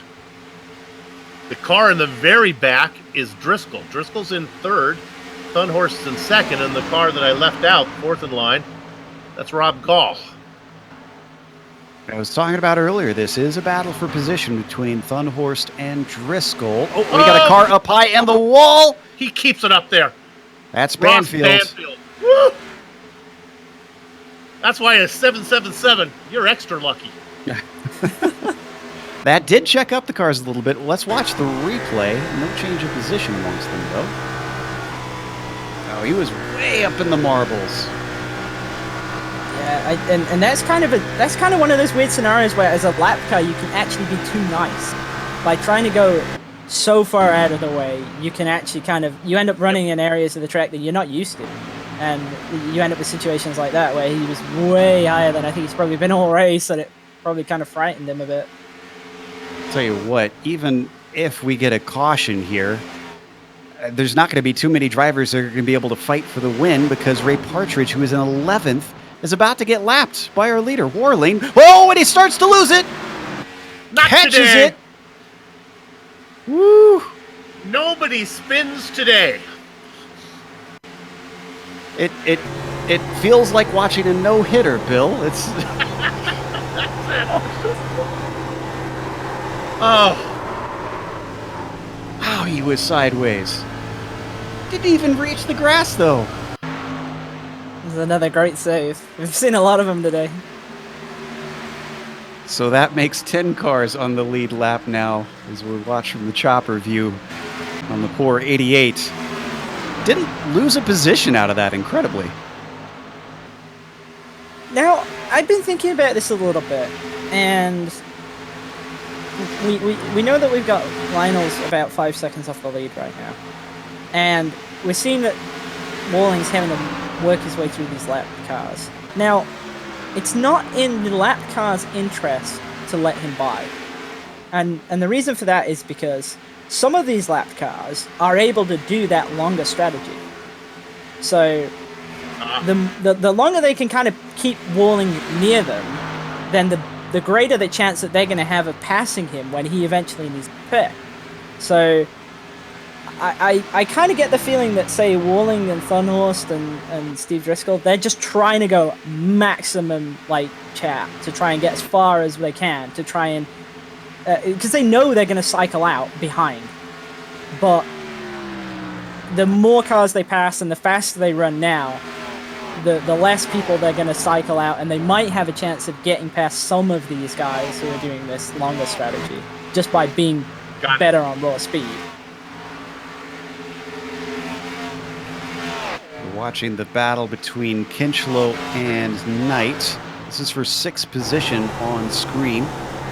These drivers both on relatively different strategies. 6 laps between their last stops. Kalisto just had a huge moment out of 4. And he's in a bunch of cars, so if he loses it, it's greater chances that something's going to come of it. It will cause a caution. Riding behind his Alliance teammates. Woo! Didn't even get the wall out of that. Wow. And that was Ryan Toma ahead of him, who is a lap down from him. Medeiros in there as well. We got some input from the Peanut Gallery. Face, Adam Fasciaponte, has chimed in, said there were 3 caution-free races at Talladega. I don't know if these are all the most recent, but 97, 01, and 02. Which one is the fastest one? I don't know. somehow I think the fans went home from those races feeling gypped. It's just my opinion. Now, I was going to say something to kind of that kind of tune, actually. Ooh, speaking of lap cars not helping out, Medeiros doesn't seem to be doing many favors for Callisto right now. So we believe this is, and now we switch back to the number 2. Callisto certainly having a hard time getting by the 84, and now I think he's finally done it. No, Medeiros is going to come back with a head of steam, and he decides to lift. Yeah, I think Callisto had kind of made that pretty clear that he was passing him, and that was the end of that. Callisto's still running fourth. There's a certain point where I guess you have to eventually give up the ghost. In fact, almost looks like he's giving him a little bit of a push. Kalisto's starting to fall off of the leaders now. I'm not sure Lionel really needs any help from Jonathan there. Just leave me alone. Yeah. It's interesting you mentioned that Kalisto's falling off a little bit. I noticed that as well. The gap has kind of lengthened out some, and I'm wondering why that is. I'm 100% certain he's got on fuel to do this to the end, but maybe he feels like he isn't. Maybe managing the tires, especially after that scare. Yeah, possibly. I mean, maybe he's kind of just realized what we were saying, that he's in such a commanding position that he doesn't need to do anything other than roll around the track, and he's just really backed it off. That said, though, I mean, he's 11.7 behind the leaders right now, and I think for him to really be in any danger of losing, he needs to be over 20 seconds behind them when they pit. Yeah, that would be a pretty amazing splash and go, huh? Right. Yeah. They would still struggle to even get close to him with that. So as we watch them continue to circulate, again, if you're just joining us, we've gone caution-free this entire race, and we're just about 3/4 of the way through a Michigan 400. Travis Worling is your leader, but he is on a significantly different strategy from Lionel Kalisto, who we suspect might be the most likely to take the win right now. But it's all going to be a question mark until we get to the checkered flag. We think Worling. We look at P6. We think Worling, Thunhorse, and Driscoll all need to make a stop and a splash and go, and Kalisto is good to go on one full stop. Now that's Daniel Knight down on the low side that you see was overtaken by Kinchlow, who got up to 6th. That's Kyle Murphy. He's not racing for position. He's down at 22nd. Gonna let them through.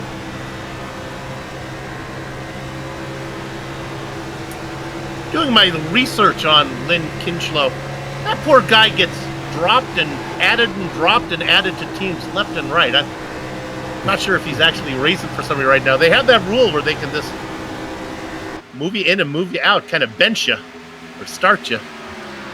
Right now, he's on the factory team, the unorthodox driver in the 44. Daniel Knight's going to try to get the position back and down into 3. He works his way up into 6th once again. Well, Lynn, check your email after the race. Make sure you're still there for the next one. Good battle going on. If he gets a 6th place, I think he deserves a spot on the factory team. Oh, and here comes Andrew Oakey. He's many laps down. 3 laps down, but having a lead lap fun. Still things swapping around between Knight and Kinchlow. Bill, are the spidey senses tingling yet? Yep. They are indeed. Keep moving back and forth around like this, and might not always go right between them. Currently, Knight holds 6th, and Kinchlow holds 7th, but Kinchlow ducks down low with a good run off the corner. Takes it right back. If I didn't know better, I'd say they'd be working together. I hope so. I mean, you can kind of do that a little bit. I mean, they are swapping reasonably effectively. I mean, you see that at Indianapolis with the Indy car. Now, I didn't really test it that much myself, but it did feel like you could kind of use the toe down the front stretch and just keep flip-flopping between each other and not really lose anything out of it. So it might be something that they're messing around with. See if they can gain any more on the leaders. We're getting close to stops once again. Worling is on 34 right now. Speaking of the leaders, though, the Driscolls caught up to Thunhorse. There's no longer a car between them. This is the battle for 2nd. They ride about 6 seconds behind Travis Worling, our overall leader. And all those cars around them that you see are cars that are laps down. Andrew Young, the lead car, or Adam Young, the lead car out there of that group in 11th with maybe the catch of the day. Daniel Johnson behind him. Here comes the other guys. It's going to be Young or Partridge, one of those two for the catch of the day. Did they award a fish for that prize? Yep. Catch of the day, that's good. So we rode on board with the unorthodox driver of Driscoll, still chasing down the Alliance driver. Have not made moves to lap these cars in quite a while. Have just been logging the laps. We are down to 9 cars on the lead lap. Josh Cully has been lapped since we last looked at that number. Bob the Salami Beltrami in 9th, the last car on the lead lap. He's in a battle with Jason Flashley right now for 8th. And he's actually in a really good spot in terms of strategy too. He might be very tight on fuel, but he's got a significant advantage on Flashley in front of him. He pitted 4 laps later. He's only 2 laps on strategy behind Lionel, so Beltrami might be lined up for a really good finish here if he can stretch this. If he can stretch this run out to maybe 159 or 160, then he's one of maybe 5 people who can get to the end on only 1 stop. The problem is he may not be close enough to Driscoll or Warling where Warling might be able to make that splash and go and still stay out in front. Yeah, I don't think he's going to challenge for, say, the 3 spots or maybe even 5 spots.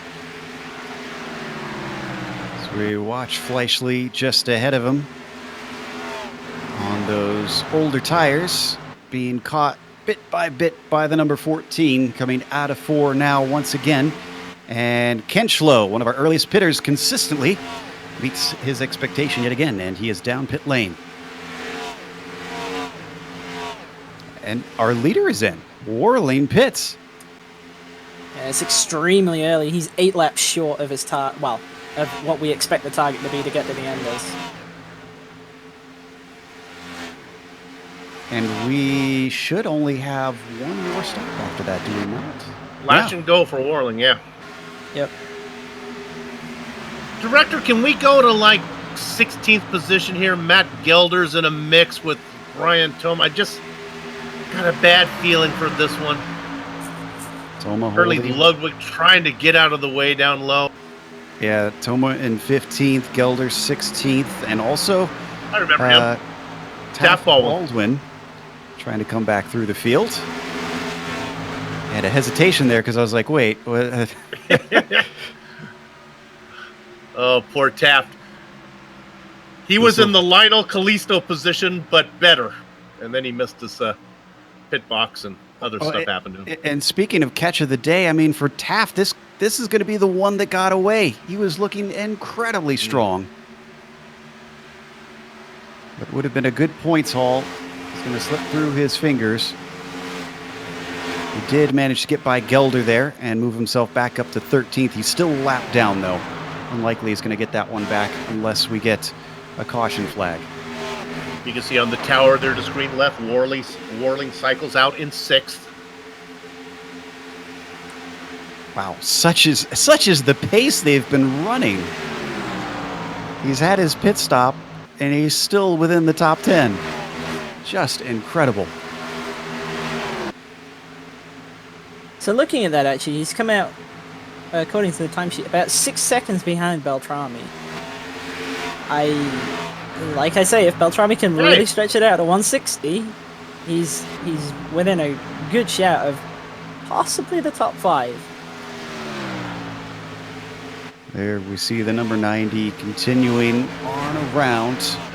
Still waiting for other cars to come in. Wow, they are so early that it's now been multiple laps and we still haven't gotten anybody else coming down the lane. I feel like we're going to see Thunhorst and Driscoll in maybe this lap or the next lap. Now they're on 39 laps right now. They're coming up through turns 3 and 4, right on board with Driscoll, looking up ahead. I'm not seeing motions to come down, and they are going to stay out. You know, This will be Driscoll's 40 laps for them. Driscoll's been sitting behind Thunhorst for a long, long time. Could he have been saving fuel, maybe? It's entirely possible. It's just a question of how much he's been able to save. I don't suspect he will have been able to save more than 2 laps, and I feel like he was more than 2 laps short. But we'll have to see here. It's going to really depend on if he pits this time, I think. And a lot of that might time, have. Thunhorst was behind drivers as well as they were working their way through lap traffic, so probably not as much as you might think. They do both stay out, though. On to lap 40 now. Medeiros should be coming in. He's on 39. In fact, he comes in right now. Oh, and it's a very squirrely entry. Did he speed on pit lane? Are we not getting... These guys are getting real close to the... They're it done almost going to make it, right? yeah. They're on 158 now. Gelder in. It's still 42 laps if they pit this time, though. Yeah, that's awful tight. That's coasting to the line, I think. I'm pretty sure Steve Driscoll's pitting this time. Yep, both of them are coming down. All right, the 98 and the 51 have been glued at the hip. They look for their boxes. Callisto continues on by, gifting him the lead yet again. He's got about 5 more laps if he wants it, if his fuel has stayed the same.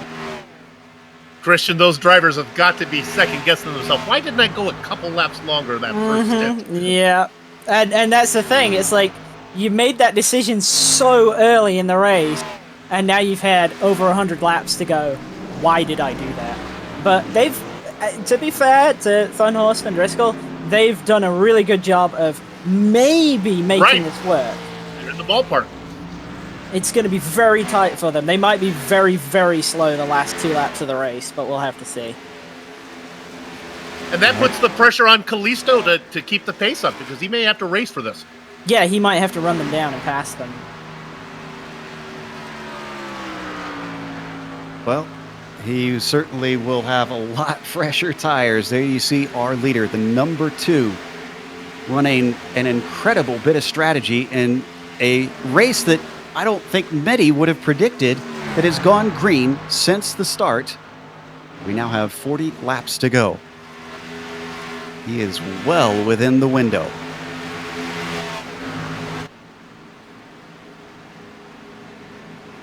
Beltrami now inherits second because of that, but Warling is very close behind. Looks like Thunhorst back out in P5 after his stop. Driscoll follows him. Ray Partridge now in, coming down pit lane. In fact, pit lane getting a little bit busy. Beltrami's in. Interesting. Now, I think he was on lap 159, but he's on the verge of going a lap down. So I'm pretty sure he can make it. Let's see, Rob Gall is still out. He needs to pit. So does McGreevy. Looks like Johnson just came in and comes to his stall.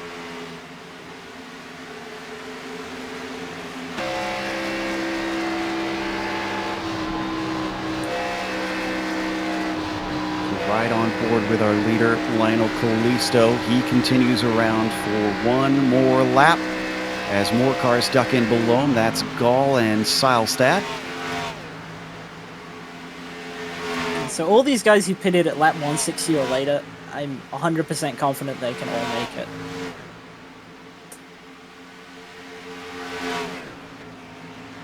The interesting is Thunhorst and Driscoll, right? They're the guys who are close. They're very close.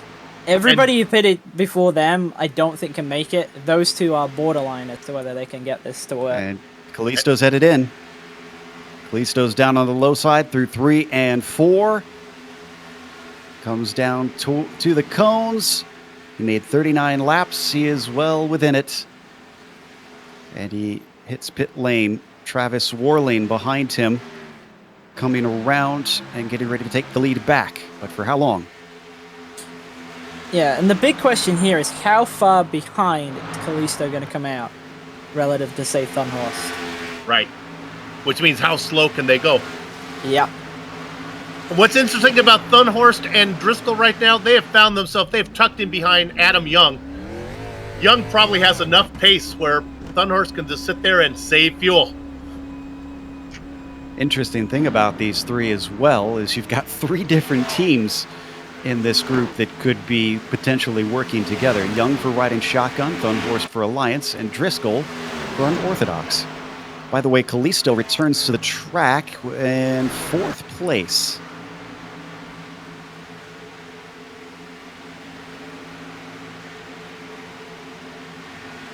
And not that far behind Thunhorst and Driscoll where Lionel can't pick up the pace and see if he can run him down.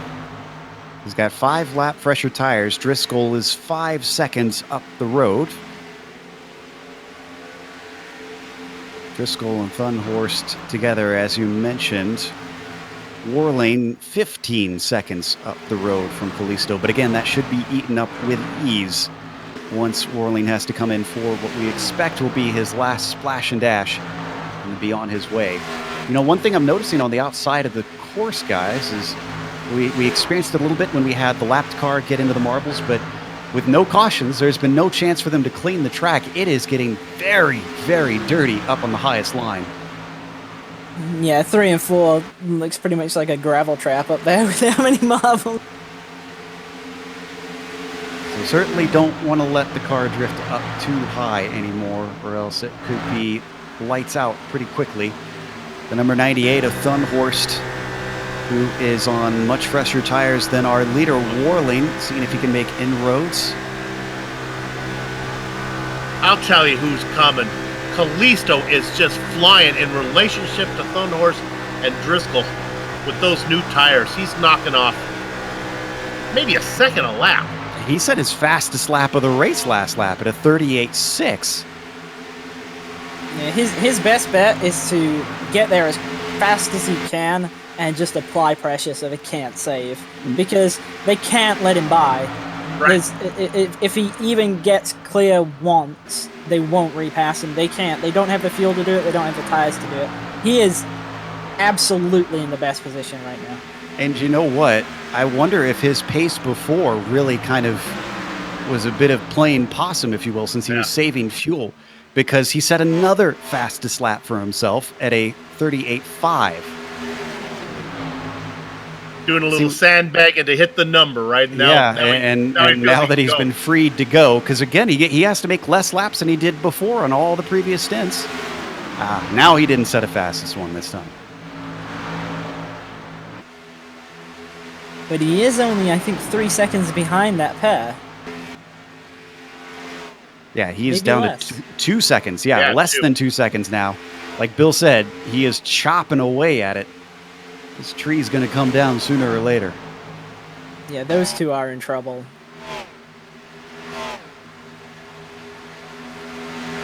Driscoll has continued to just hug the back of Thunhorst, has made no attempts at passing. Thunhorst also just been hanging out behind Young, but also they've been joined by Daniel Johnson, who is a lap down from them. This makes me suspect that maybe this is part of their fuel-saving ploy to get to that checkered flag. Don't pass, just ride the car ahead. I would suspect so. I'm wondering if they're even thinking about racing Lionel now. They might have accepted that is gone unless there's a yellow. So for them, the best thing they can do is just make it to the end. Yeah, with apologies to Adam Young and Daniel Johnson, there's no reason that Thunhorst and Driscoll should be behind them for so long. And here comes Kalisto. Whoa. He actually has to check up a little bit. He went by Wade Hayes and then saw Driscoll there. Didn't want to try and risk the car. Goes back to what you were talking about, Christian. He's not making any crazy moves. He's got the pace right now. Yeah, exactly. And you could actually see it coming down the front stretch. He had such a ridiculous straight line speed advantage, and I'm pretty sure it was all down to the fact throttle they on. He gets by Driscoll. Now he's working on Thunhorst. He's to the low side. Third now becomes second place for the number 2. And what we believe could effectively be the lead once Warling has to take his last stop. Oh. And a caution! This is Steve Ross Silstad. Banfield, I think. No? Yep. Seilstad, you I think said? it's Toma. Yeah, Seilstad. Toma.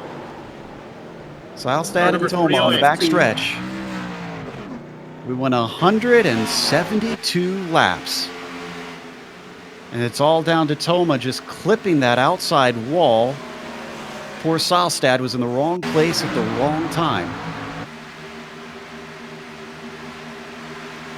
And now it's all different. Yep. This is great news for Warling for sure. Absolutely. But who is faster between them, Kalisto or Warling? Because there's nobody between them if the pit stops do not change the order. Watching that replay once again, and oh, embarrassingly, it's 2 Alliance drivers coming together. Oh no. Yeah, never want that to happen with your teammate. And kind of tagging onto that teammate, that kind of just cost Kalisto a certain win right there. Yeah, exactly. Yeah, that's a good point. Warling comes into pit lane.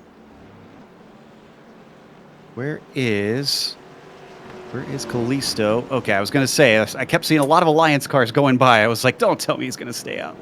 Everybody's going to come in here. Yeah, we've only got 10 with the lucky dog on the lead lap. There's no reason not to pit. All right, here's where you can't overshoot your stall. Kalisto gets in there clean. Looks like Warling did as well. Gosh, there's so few cars on the lead lap. Look at how empty pit lane is. This is our lead lap pitters. Warling going to get out easily with all the cars between himself and the number 2.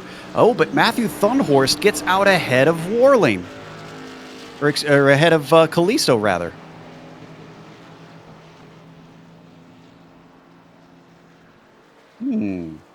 Joe, I think you made an interesting point.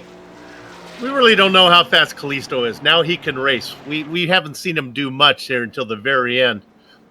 We know Warling's fast. Well, we are, I think, good enough to take a quick break here on the Global Sim Racing channel. As Thunhorst will be coming back out in 3rd. Warling in 2nd. Kinchlow did not pit. I'm not sure if he'll stay where that is, but we'll come back and update you after this quick break for the final run to the checkered flag here at Michigan.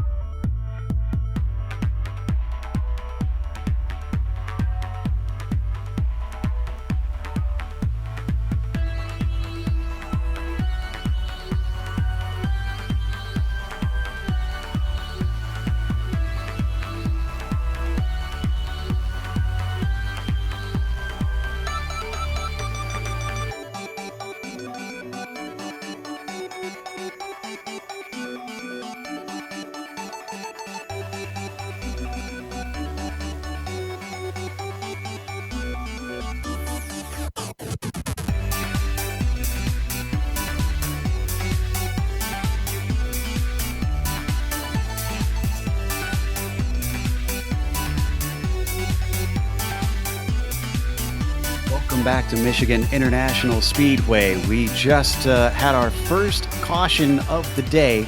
And if you look at the upper left of your screen, no, I'm not kidding. First caution at lap 172 as we get ready to come back to green.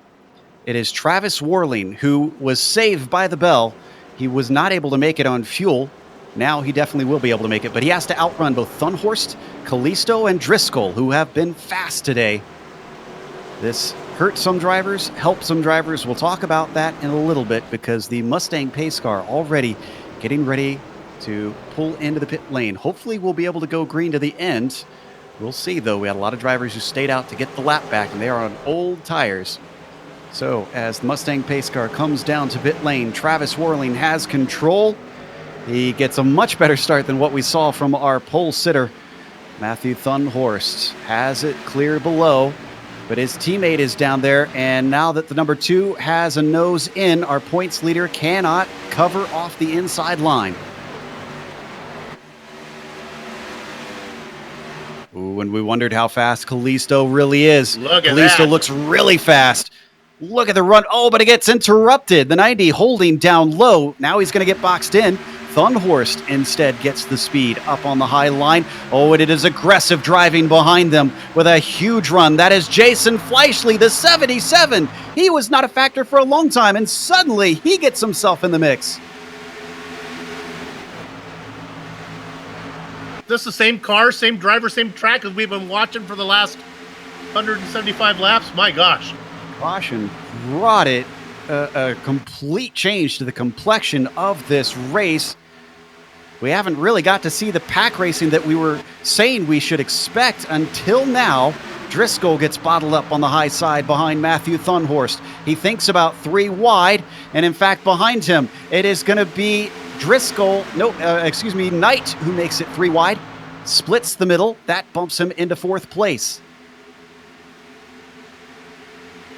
So Driscoll go high then, and I knew, like, with this many laps to go, like, if there's an opportunity for 3, now Driscoll's kind of there.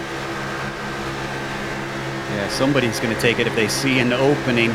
Thunhorst up at the front, but barely. Warling down on the low side. Warling and Thunhorst fighting in the championship up at the top of the points. Daniel Knight with a good run now gets into 2nd place, and Warling slots into 3rd. But make this a battle for the lead now as Daniel Knight rushes low.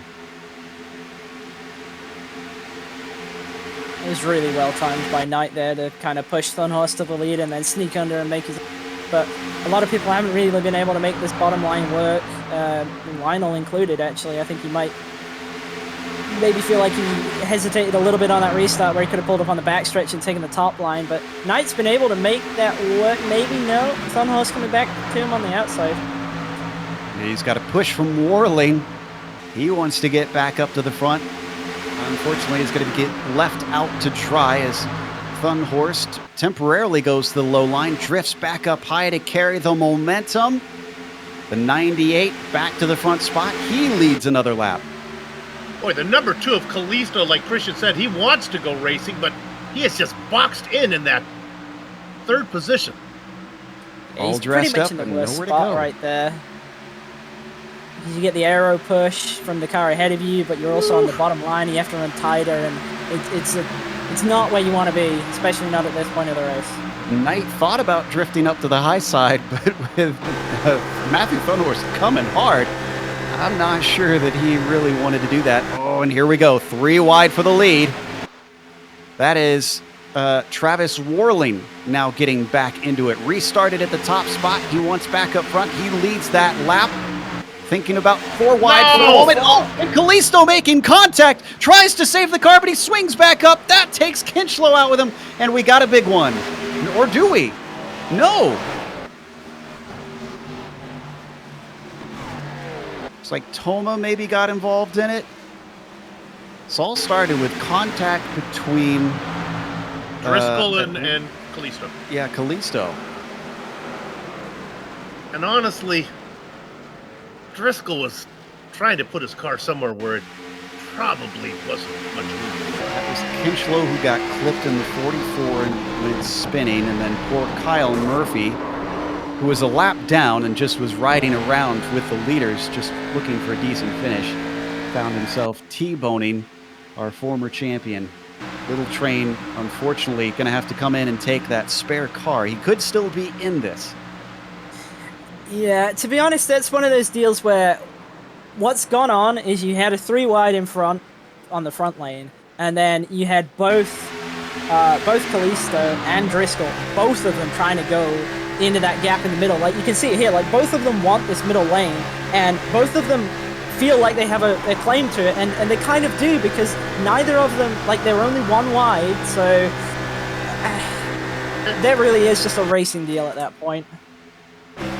Now, we didn't have time to point out that during that last yellow, a lot of cars stayed out and took the wave around. We're on the lead lap. One of those, Taft Baldwin, remember him? He's fast. He'll be able to come in, get fresh tires. He's going to be back about, 12th? But with certainly enough time. What do we have, about 15 laps of racing to go? Plenty of time. I wouldn't count him out. Especially, I mean, there's no point in saving the tires now. He's got to go all out as we see everybody come in. Everybody on the lead lap, anyways. Oh, gee, poor, you got a Kalisto. It was just a few minutes ago he was saying, this race is mine, and now he's trying to salvage. Still in pretty good shape, though. Yeah, at least he's got his free car. He's just come down and taken his reset right there. I totally understand why both of them did that, though. Both of them went for that, because I was pretty convinced the middle line was going to get a huge run off of 2. And that could have been what won either of them the race. All right, so our order gets shuffled around by that. Warling comes out in first, Driscoll second, McGreevy third. Kinch must have taken his spare car, somehow winds up in 4th. Mercy. Wow.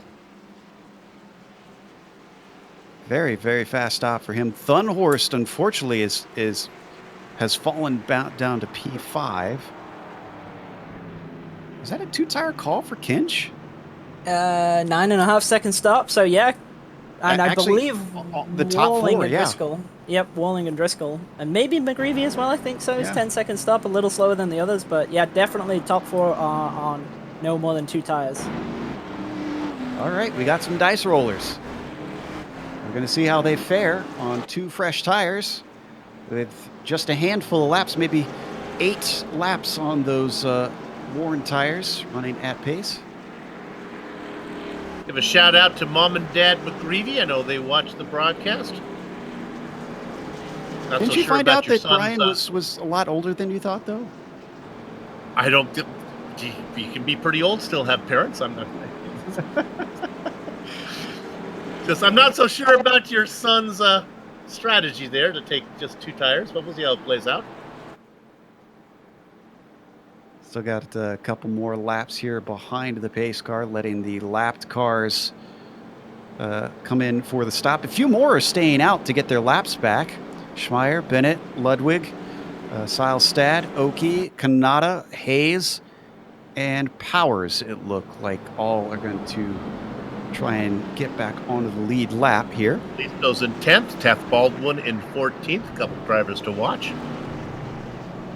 I believe we have an in-race interview ready to talk to us. Adam Young, who's back on the lead lap, currently running in P15. Those new paint schemes certainly not helping you get too many cautions, at least until the very end, Adam. Yeah, we're getting them when we need them, though. After my little half spin there on the backstretch, getting back on the lead lap and everything, we're good on the long run, so we'll see how we do here on the medium run. I have a feeling, though, we're not done with cautions, though.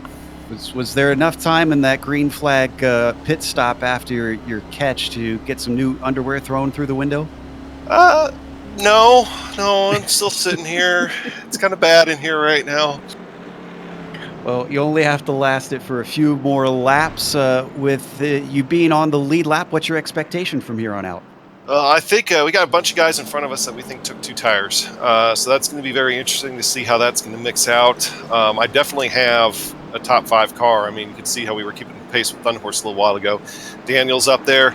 Taft, if it hadn't been for his mistake earlier, he'd be up there too, but he's going to be charging through. So I expect good things here if we can stay out of trouble. That's going to be the big thing here over the last 15 laps. All right, we'll let you go. They're getting double file. Best of luck. Thank you, sir. Good luck. Good job, guys.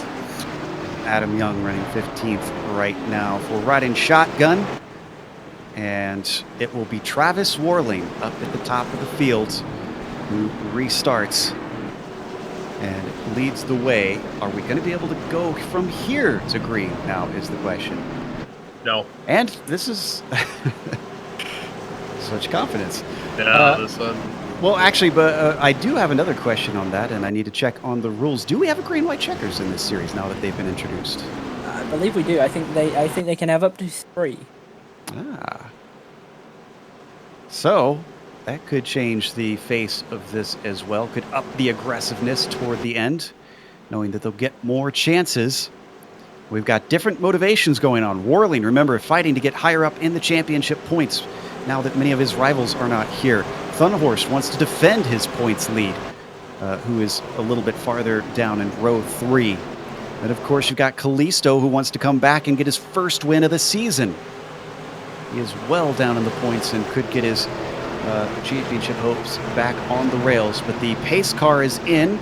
Warling waiting. Now he takes off. Green flag is out as Driscoll follows behind. Down below him, Brian McGreevy has his nose and he can't duck down low quite yet. Thunhorst, maybe going to give him a little bit of a bump. No, he backs out of it. Len Kinchlow, who survived that last wreck to take his spare car, washes up high and falls back. But the battle for second going to be joined because here comes Daniel Knight. Oh, and a big bobble by the 90. That was Warling, losing speed, coming off the corner. He tries to cover off the low side all the way down to the bottom. This does not look good, but Daniel Knight makes good on it. What a start for the number 94. He is up to the lead. Incredible stuff. His timing of that run was really good, but he's still got a lot of work to do here. Everybody's going to have runs back on him, the same that he them. It's not over. He's got a lot of defending to do here. Baldwin with a head of steam in the inside line is up to 8th now. 3rd back on the inside line. Watch out for the number 5. Now he moves to the top. Travis Warling gets the shot off the corner. That bumps him back up to the front. Driscoll follows him through into second place. Daniel Knight had dreams for a moment. They've been dashed. Can he claw his way back forward to challenge for the lead? Look at it, 3 wide behind them for 5th place. That's Taft Baldwin coming through. He is coming. He's coming quick, but he's got a blocker in front of him. Nowhere to go. Oh, my goodness. Oh, it is getting a little bit crazy. Look at how many are 3 wide there in the pack. This does not have good writing on it. I'm not sure that we'll make it to the checkered flag all the way under green flag conditions. If they do, this is some magnificent racing. We ride on board with Steele stuck in the middle of the pack. This is all about being in the right lane at the right time here. So you've got to run, especially when, say, you've got these 3 wides here that's kind of stalling out the group that's in those 3 wides. Kalisto starts to get back in it. He's now in the 3rd row back there on the bottom line. But up at the front, it is Knight managing to get his way back up to the front. Tries to cover off the number 90. Covers the middle of the track, but the 90 sees a hole to the inside. He gets low with that momentum intact. Up on the high side, the number 51 of Driscoll thinking about 3 wide for the lead. That 3rd lane not quite working how he wants, and he gets back in line. Baldwin now leading on the inside line. He started this run in 12th, going for the lead. What a comeback from Taft Baldwin after a critical error in the pit stops. He is now in the lead. The number 5 up front after missing out. Behind him, the number 90 of Travis Warling. Going to see if he can try to take this one back. He chops in front of Thunhorse, taking the low line. They head into 3 one more time. We're going to be 10 laps to go this time by. This is some remarkable driving going on from these guys. I apologize for saying we're going to have a yellow flag. We may have one, but man, oh man, this is impressive. Look at on the inside. Cream of the crop, rise to the top. And Driscoll working a shallow line doesn't work out for him. It is Taft Baldwin who just about holds onto it, but Travis Worling in the middle lane gets ahead a little bit.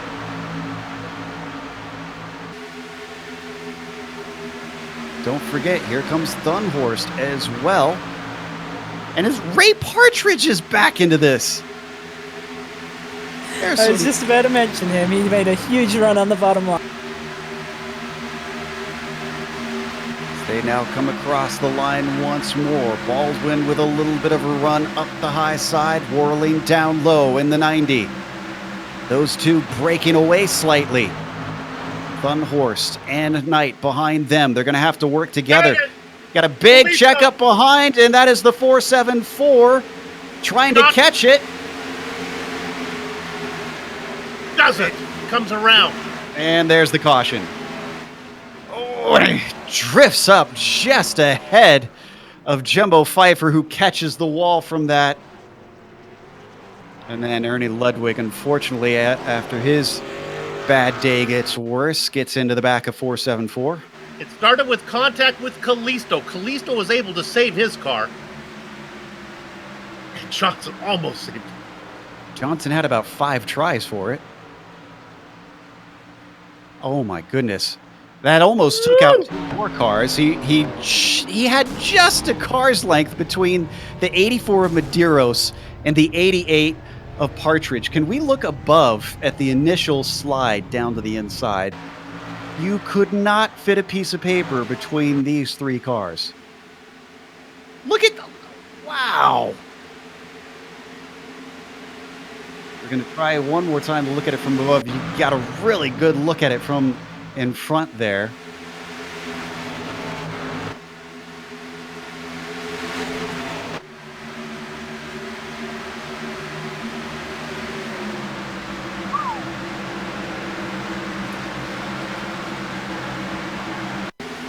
Kind of looked like the car that was right on the top line just got tight, and then it had that little flick down the track and kind of tagged Kalisto, and then he was gathering up the entire straightaway. Okay, Christian, they're coming in. 4 tires or 2? 2. 8 laps. 2. Yeah, that 2 worked out pretty well, it looked like. I'm with Christian on this one. Everybody Especially got if he took 4 valuable on the last information. one.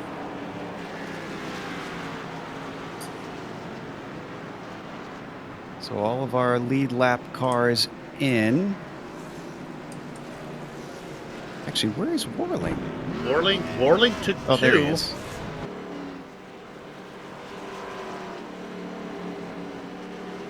We had a number of drivers stay out who were on the lead lap. Yeah, they were so far back. Let's stay out, get up front. Make it a little harder on these guys to get through. All right, let's run through some names for you. Partridge, Gelder, Medeiros, our pole sitter, Fleischle, Young, Mertz is in there, Hutchison, and Gall. All did not pit. I like that strategy better if there were not green-white checkers. Yeah, really. You're only about 2 laps away from this, 1 lap away from the race ending. So,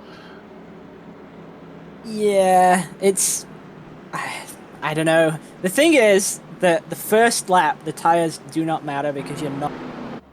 The only place really where you on a green-white checker, the only place you're really going to notice the tires is when you get to turn 3 on lap 2, and that's kind of why I was saying 2 tires, because I think the 2 tires sort of sorts you for this, where it's going to be maybe 3, possibly even 4 laps under green, if it goes to the end, and after that you don't pit. Like there's no way. I don't see how, with how long it takes these things to get up to speed now with this package, there is no way you are going to get from, say, if you pit and you go all the way back to 20th, there is no way you are getting up to the lead. So you have, like, this. I feel like the scenario everybody's got now is what they got to the end. they've made their decision, and I don't foresee anybody. And maybe the guys nearer the back will just pit because there's nothing to lose by doing so. But especially the guys inside the top 10, I don't expect to see them pit again, no matter how many green-white checkers we have. We should have 4 laps to go only on this restart if we get the one to go this time by. So that's not a whole lot of laps itself. Warling has to overtake 8 cars to get back up to the lead. He's been fast, so has Taft Baldwin, who actually lost out on those pit stops. He's all the way down in 13th now. Might not be a matter of speed, but more a matter of real estate. Is there just enough room to get through 8 cars? Whoa. And you were predicting those cautions before the end. The likelihood it's going to get all the more higher, I think, Bill, because like you said, real estate, there's going to be some moves made that I think are going to be suspect because it's for all the marbles at this point. Yeah, I think we've got another yellow before we get to the end, to be totally honest. Come up to the line yet again. Ray Partridge, your leader now. Ray started this thing in 12th position. Gelder himself started 32nd. He's in second place behind him. Lights are indeed off, and they're going to go double file. What about the pole sitter? Gotta figure he's got a chance, right? I was just looking at it. What a story that would be. You'd look at the stats and see, he qualified at the top and he won the race. Well, it was a little bit more exciting than just that. Now, I think the key here is getting off that bottom line as soon as you can. So I do actually think that Medeiros is in a good spot, but he has to get off the bottom line. Especially with the older tires that those guys are going to have. Their only play is to run the top, and they need to get to the top as soon as they can. Because if they don't, the guys on the fresh tires are going to get there because they can move around better, and they're going to pin them down to the bottom, and then they're just going to get trained. 4 laps to the checkers, unless we get a green-white checker here. Are we going to be able to stay green? Are the drivers going to be able to take this all the way? This is only our 3rd caution of the day. And as they come through 3 and 4, it's a very, very mixed up strategy call here at the top. Everyone with huge question marks about how this all is going to play out. Pace car now out of turn 4. Mustang releases the field and comes into pit lane. Ray Partridge stacks them up. He waits. Now he gets on the throttle and he is away. It is a huge jump that he pulled over Matt Gelder. Medeiros can't get to the top side quite yet. Unfortunately, he's got the 69 up there at the top. And then there's Jason Fleischle as well. Don't count out the 77 for Alliance. He's working the high line, like you said. Now the line is clear for Medeiros. And he's got a decent run on the 88. I'm not sure that it's enough of a run. Weaving down the backstretch, Ray Partridge tries to hold a defensive line. Oh, and it's already getting exciting. The 31 gets hit. He is up to the high side. He tries to stay out of the way. I don't think we have a caution. I think we're good. Oh, no yellow yet. Amazing. Taking a big hit with Steve Driscoll.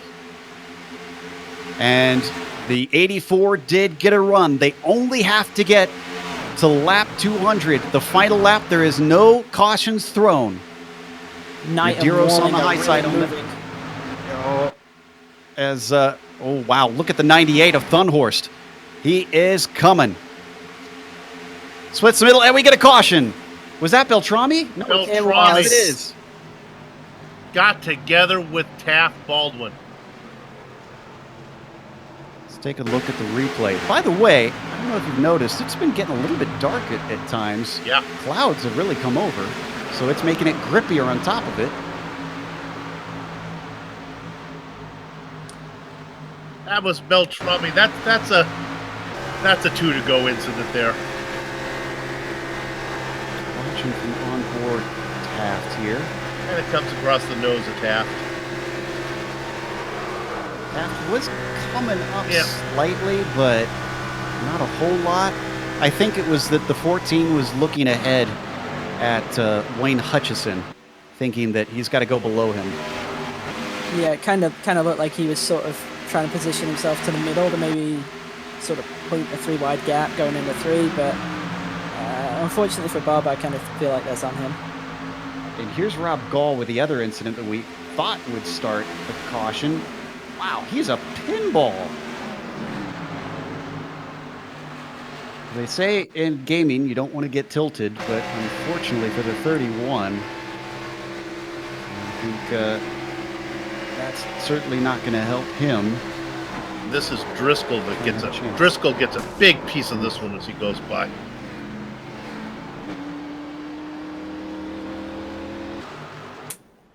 Okay, Now- so our first of our green-white checkers, Christian. Yeah, and I was just gonna say something about restarts. What Ray did in terms of stacking them up and getting them all bunched, that was really what he needs to do again. But he needs to make a slight difference to it. He needs to make sure that when he goes, everybody comes with him. Because that's, like, if he can keep a car in his bumper, he reduces that chance when you get to the backstretch of guys behind him having a big run on him. And the more he can kind of stack everybody up, the more he can prevent those guys that have got the newer tires from being able to move around and get out of their lanes. Because when you go and everybody stretches out, the gaps open up in the lines, and the guys with the fresh tires can move around a lot more easily than they would be able to. Whereas if everybody's stacked up and you're keeping those guys trapped on the bottom and they've got cars boxing all around them, then you keep those guys there and they can't do anything. Now, I don't think tires matters now. And that's why I think that kind of move and that kind of restart is going to be critical to if he can win this race. And I think he can. I really think that Ray Partridge can win this race if he just gets his restart right and makes sure that everybody stays bunched as a pack and defends the bottom. All right, well, we'll see if the 88 takes your advice on this one. We're coming around for what would have been the final lap, but again, we will get our first of 3 green-white checkers here today. Christian, that was some good stuff, baby. I enjoyed listening to that. So Partridge needs to get a good restart, but not too good of a restart. Yeah, a good restart would be conventionally a bad one, in the sense of he won't get any jump at all. Like, the ideal thing is to get away with both lines at the exact same speed. And are we already doubling up here? Nope, we are not. The lights are still on the pace car. So we still got at least 2 more to go. What about our drivers who were up towards the front before? How did they make inroads on this? Thunhorst is up to 5th. Warling managed to get up to P6, Knight to 8th. Baldwin with his contact, unfortunately, down in 10th. Poor Callisto, he is in 16th. He is mired back there. In fact, I think Callisto is suffering from the damage that he got from the incident where he got spun around down to the infield.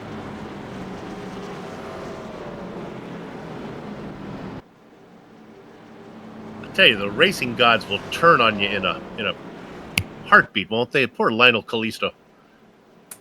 That thing's going, and then, man, it just all started to gang up on him. Oval racing is a fickle beast, and you really cannot predict how things are going to go. You kind of just have to roll with the punches.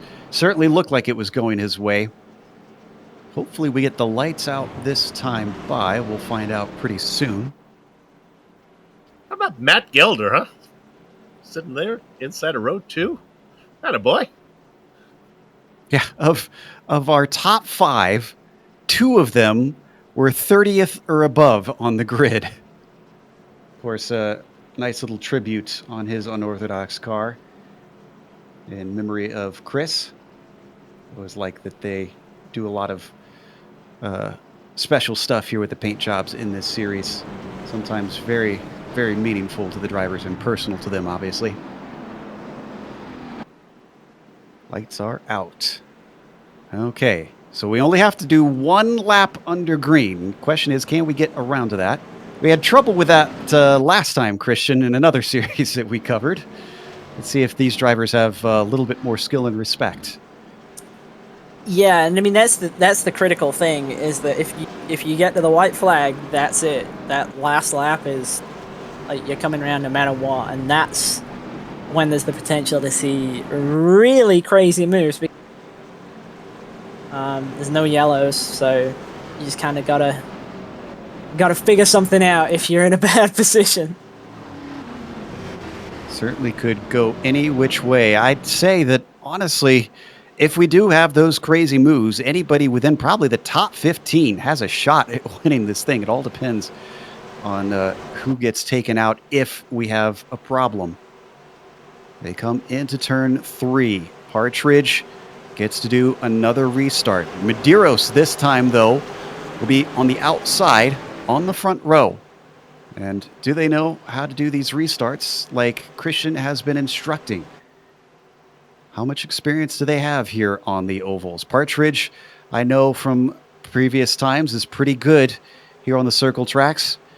He waits a little bit here as the pace car is in. Now he gets going. Oh, but he gets a jump. The 88 already stretching ahead of Medeiros. He could slot down to the low side if he wants, but he does not. He stays high. We really get a lot of cars fanning out back when we get to 5th, almost going 4 wide, maybe 5 wide, and I think they maybe get it sorted out. Thunhurst makes the move, though. Yeah. Yep. Thunhurst is absolutely in the best place now to make anything happen here. Can they get to the white flag? Just 2 more corners to go. Medeiros going low. Thunhorst going high. Partridge is split. He can do nothing to stop it. But then there's Daniel Knight making it 4 wide down to the bottom. A few more yards they have to go. They have the white flag now, and we are going all the way to the end. Daniel Knight with a power move. It's the 88 in the middle. On the high side, we get cars turning it. It's a big wreck. That's Ryan Steele involved in that. We'll get back to that in a minute. That certainly takes away a lot of the competition, but Daniel Knight with a monster run off the backstretch. Thunhorst, an even better run behind him. He's going to look down to low side, but he gets blocked. Contact between them. The 94 has still got the lead, but it's not over yet. Can the 98 manage to get it around the final corner? The 88 trying to run it high. He falls back. Thunhorst looking for the win. Our points leader. Really close. It's going to be so close. They come to the line. Who's it going to be? Thunhorst! 6/1000ths of a second.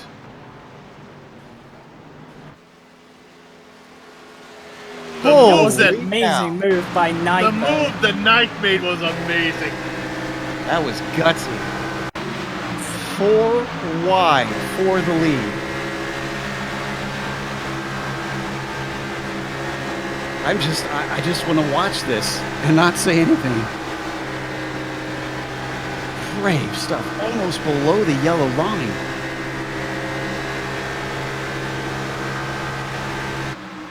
So let's watch Gelder here. Is this the incident?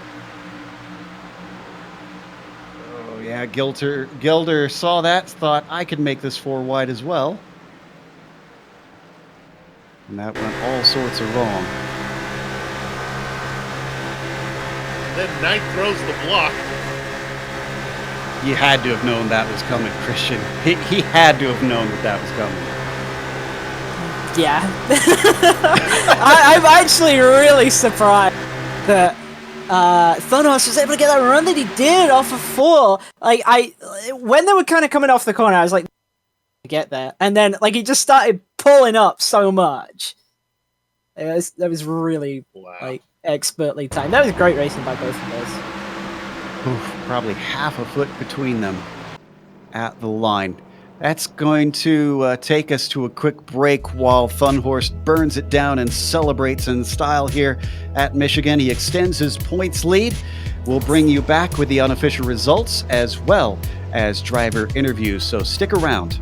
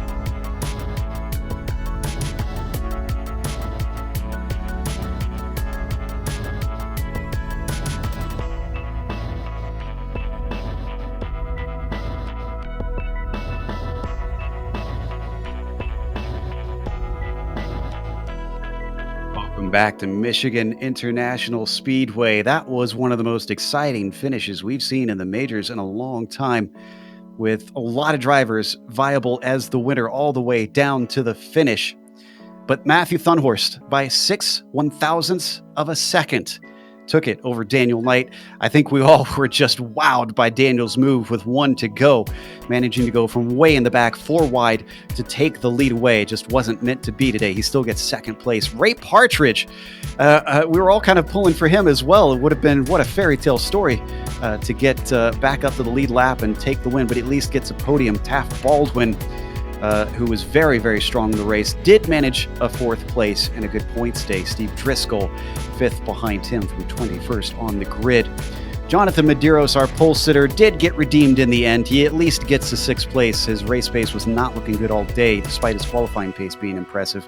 But 6 is not bad. Josh Cully with a 7th place. He was in the mid-pack much of the race. Ryan Toma returns in his first race back in a long time with an 8th position. Lynn Kinchlow takes 9th himself, and Bill Lionel Callisto, after all that, he gets a top 10. Up and down. Boy, a story for every driver as I go 11th through 20th. Let's get through it. Bob Beltrami and Brian McGreevy go 11th and 12th. In the Baker's dozen position is a good finish for Adam Young. Daniel Johnson was racing up front for a while. He gets 14th. Jason Fleischle. Travis Warling, my God, 16th place doesn't seem fair. He's ahead of Wayne Hutchison, with Jeff Schmeier in 18th position. All these cars on the lead lap: Ryan Steele, Wade Hayes, and then I'll go one more. I'll go down to 20. Oh, there's 2 more. I'll take 21st and 22nd. That's Matt Gelder and Joshua Mertz, and that rounds out all the cars on the lead lap. Christian?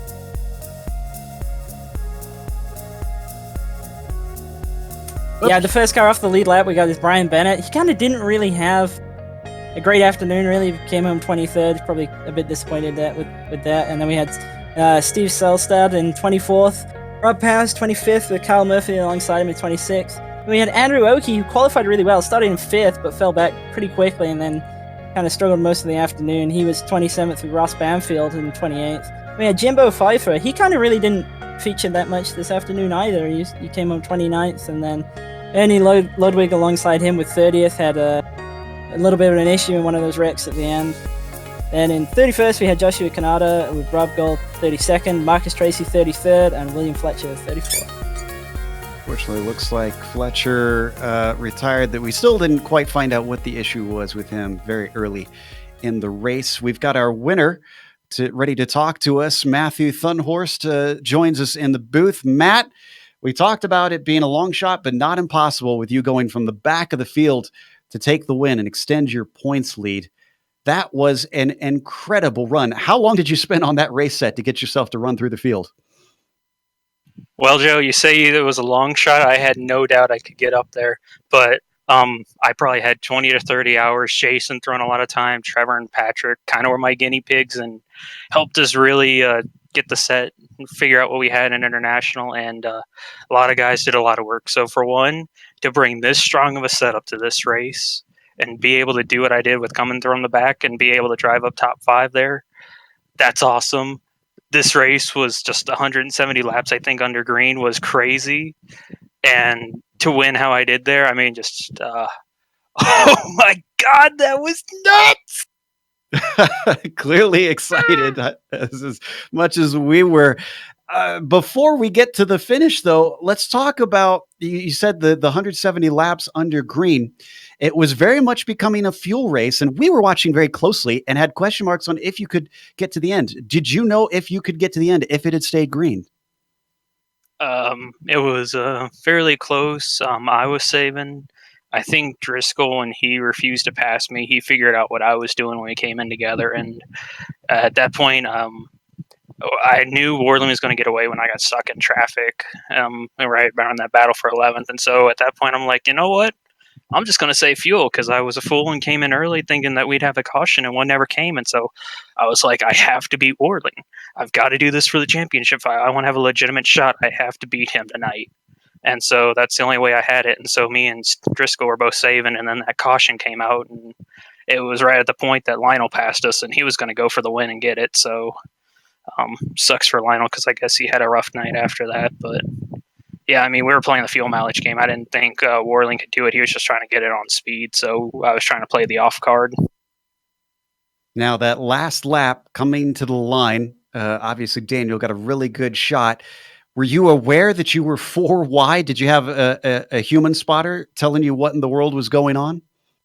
I had no idea. I looked over out because I got triple, so I looked out towards the window net. I'm like, I saw him kind of be down there on the apron, and I looked again, and I saw he wasn't, but I didn't realize he was there. And I'm like, what the world?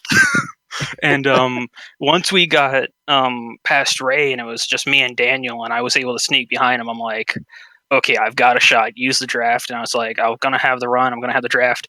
And I'm looking at the results, and I can't believe it was 0.006 of a second. I mean, I didn't know I was going to get it. And we got closer, and we're just coming out of 4. And I'm like, come on, come on. And the car it barely nudged it out. And I'm so glad because Jason made me a paint scheme for this car. And oh, God, it looks sexy doing that. And he made me look good tonight. Well, congratulations on the victory. Definitely go and celebrate. This will help you over William Quinn with him not showing up today.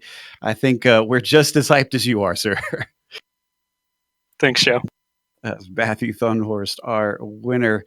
And then Bill has caught up with Daniel Knight, the driver that made all of our jaw drops coming to the line for the white. Daniel, we'll get to the end of the race in a minute. Let's start early on. You raced up front early. Then you fell back a little farther back from that long green flag run that we had. Yeah, I definitely shot myself in the foot there. Slid through my box in the first stop, which is the one thing that I said to myself not to do a million times. And then, of course, I did it.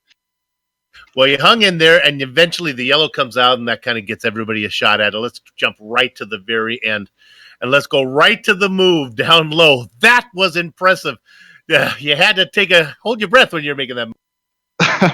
Yeah, I mean, I knew that I was in the front of the guys that had all 4 tires, and I dove it down in there, and I'm not sure who that was in front of me, maybe Ray. But I just kind of, yeah, I think it was I kind of went for it and hoped that he would give me room. I let up just a hair, and then as soon as I saw him open up some daylight, I just punched it through.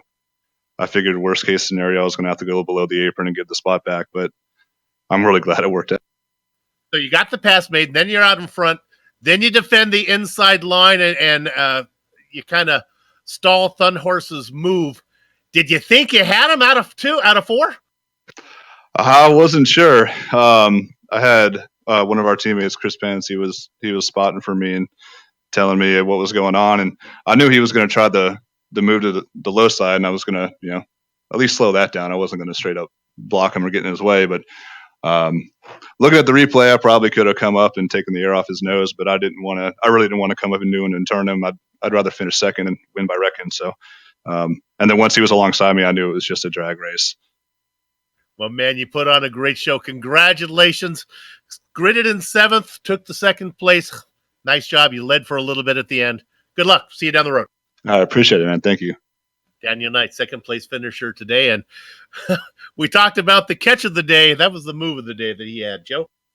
Yes, up next, we've got Ray Partridge, 3rd place, a bit of a Cinderella story for Ray. And Christian's going to talk to him about that finish as well. Ray, we saw you had control on the restarts at the end there, and we were actually talking about it, kind of how you could check people and have a run and maybe get it done. Did you think on those restarts that you could have won that race? Man, I was sure trying, Christian. I tell you. I mean, we have to admit we kind of wanted to see you win. We saw you up there, and I thought with like a green white checker, it was going to be real close. Yeah, it just kind of looked like on one of the restarts you got slightly too far out front, and then they were able to get a big run on you down the backstretch. Yeah, I knew try to keep him close was probably the better option, but I just I thought I'd get going and see what happens, and hopefully Thunhurst and the other guy that had fresh tires would get held up a little bit, but they just had too much open track that last restart. Yeah, I mean, we kind of saw John Medeiros. He tried to go all the way down to the bottom, and he just wasn't able to keep it pinned coming out of 4, and that kind of let Daniel get under him and really make that power move. All that said, though, he came home 3rd. Got to be pretty happy with that, right? Oh yeah, I'm super happy with that. I mean, I was a lap down. I took the wave around with I think 20 to go or whatever, and So I was down on tires compared to everybody else for sure. And third place is awesome. Well, I mean, we can tell that you're pretty happy with that result. Is there anybody you'd like to thank, kind of helping you out with paint schemes and so on for this week? Oh, definitely Mark for the paint schemes, Dog Bear Racing, of course, all the guys there are just awesome group of guys. Obviously want to thank, I got Unforgettable on the car this week also. It's Nick, one of his side jobs or things that he does. And then, of course, we want to shout out to Sarge's Place, of course. They've been on our cars for numerous amount of years, and just want to give a shout out to those guys. All right, man. Well, we had a good time kind of calling that at the end, and like I say, we really wanted to see you pull it off, but congrats again on your third place, and good luck for the next one. Appreciate it, guys. That was our third place finisher, Ray Partridge. And up next, we have one more driver to talk to. Lynn Kinchlow managed to finish in 9th today, but it was certainly a little bit all over the place, especially at the end there, Kinch. We know that a lot of drivers tend to debate about if we should keep the spare car in this series, and especially on the oval side where sometimes drivers tend to come back into the race and full field causes problems. But I get the feeling that today you might be a little bit thankful for that. Believe it or not, Mr. Peak, I did not use my spare car on that little incident. Yeah, that little drifting thing only gave me about 15 seconds worth of damage, so I figured it probably would be okay since it was on the left rear and not in the air, so I think it was doing all right. Yeah, go ahead. That was that makes it all the more impressive. Still, you got slotted down a little bit towards the end. What's going through your head when you find yourself pretty much mired in the mid pack when you had a front running car for much of the day? Truth be told, we were in trouble. I run strategy from the car for Unorthodox Motorsports when we get into the splits together. And the whole strategy behind our team was to run a different gear that would allow us to run for a very long time to where we could actually run down cars that were the short run cars. The problem with that strategy is, as we found out this evening, we have to run 170 some odd laps green, only to find out, we're just going to go into a full mayhem mode, and that different gearing choice hurt us on the restarts. So yeah, it did get us mired back, and then we just had to gamble on the chaos and the anarchy in turn 1 and 2 to claw back some of those positions that were lost.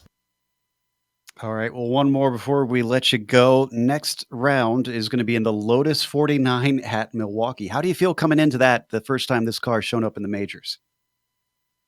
It should be interesting. It's, from what I hear in the setup shop, it's going to be kind of like running the Silver Crown car, but much longer.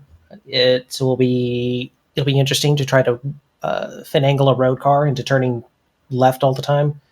Should be good. Should be exciting. Hopefully, I see a lot of retro paint schemes. Should be interesting.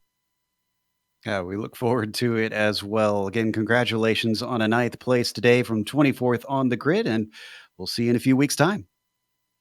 We'll see you there. Lynn Kinchlow, 9th place today, and that wraps up our interviews for the Michigan 400.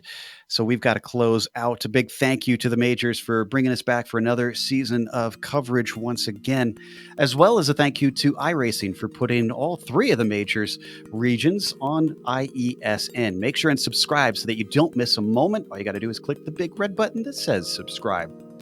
Thanks to the companies that provide the software and hardware for our broadcast listed here on your screen. And additional thanks go to June Lalonde, who provides our wonderful music. See the screen for how to get a hold of more of her great work. Thanks to the team today, Amjad, Bill, and Christian.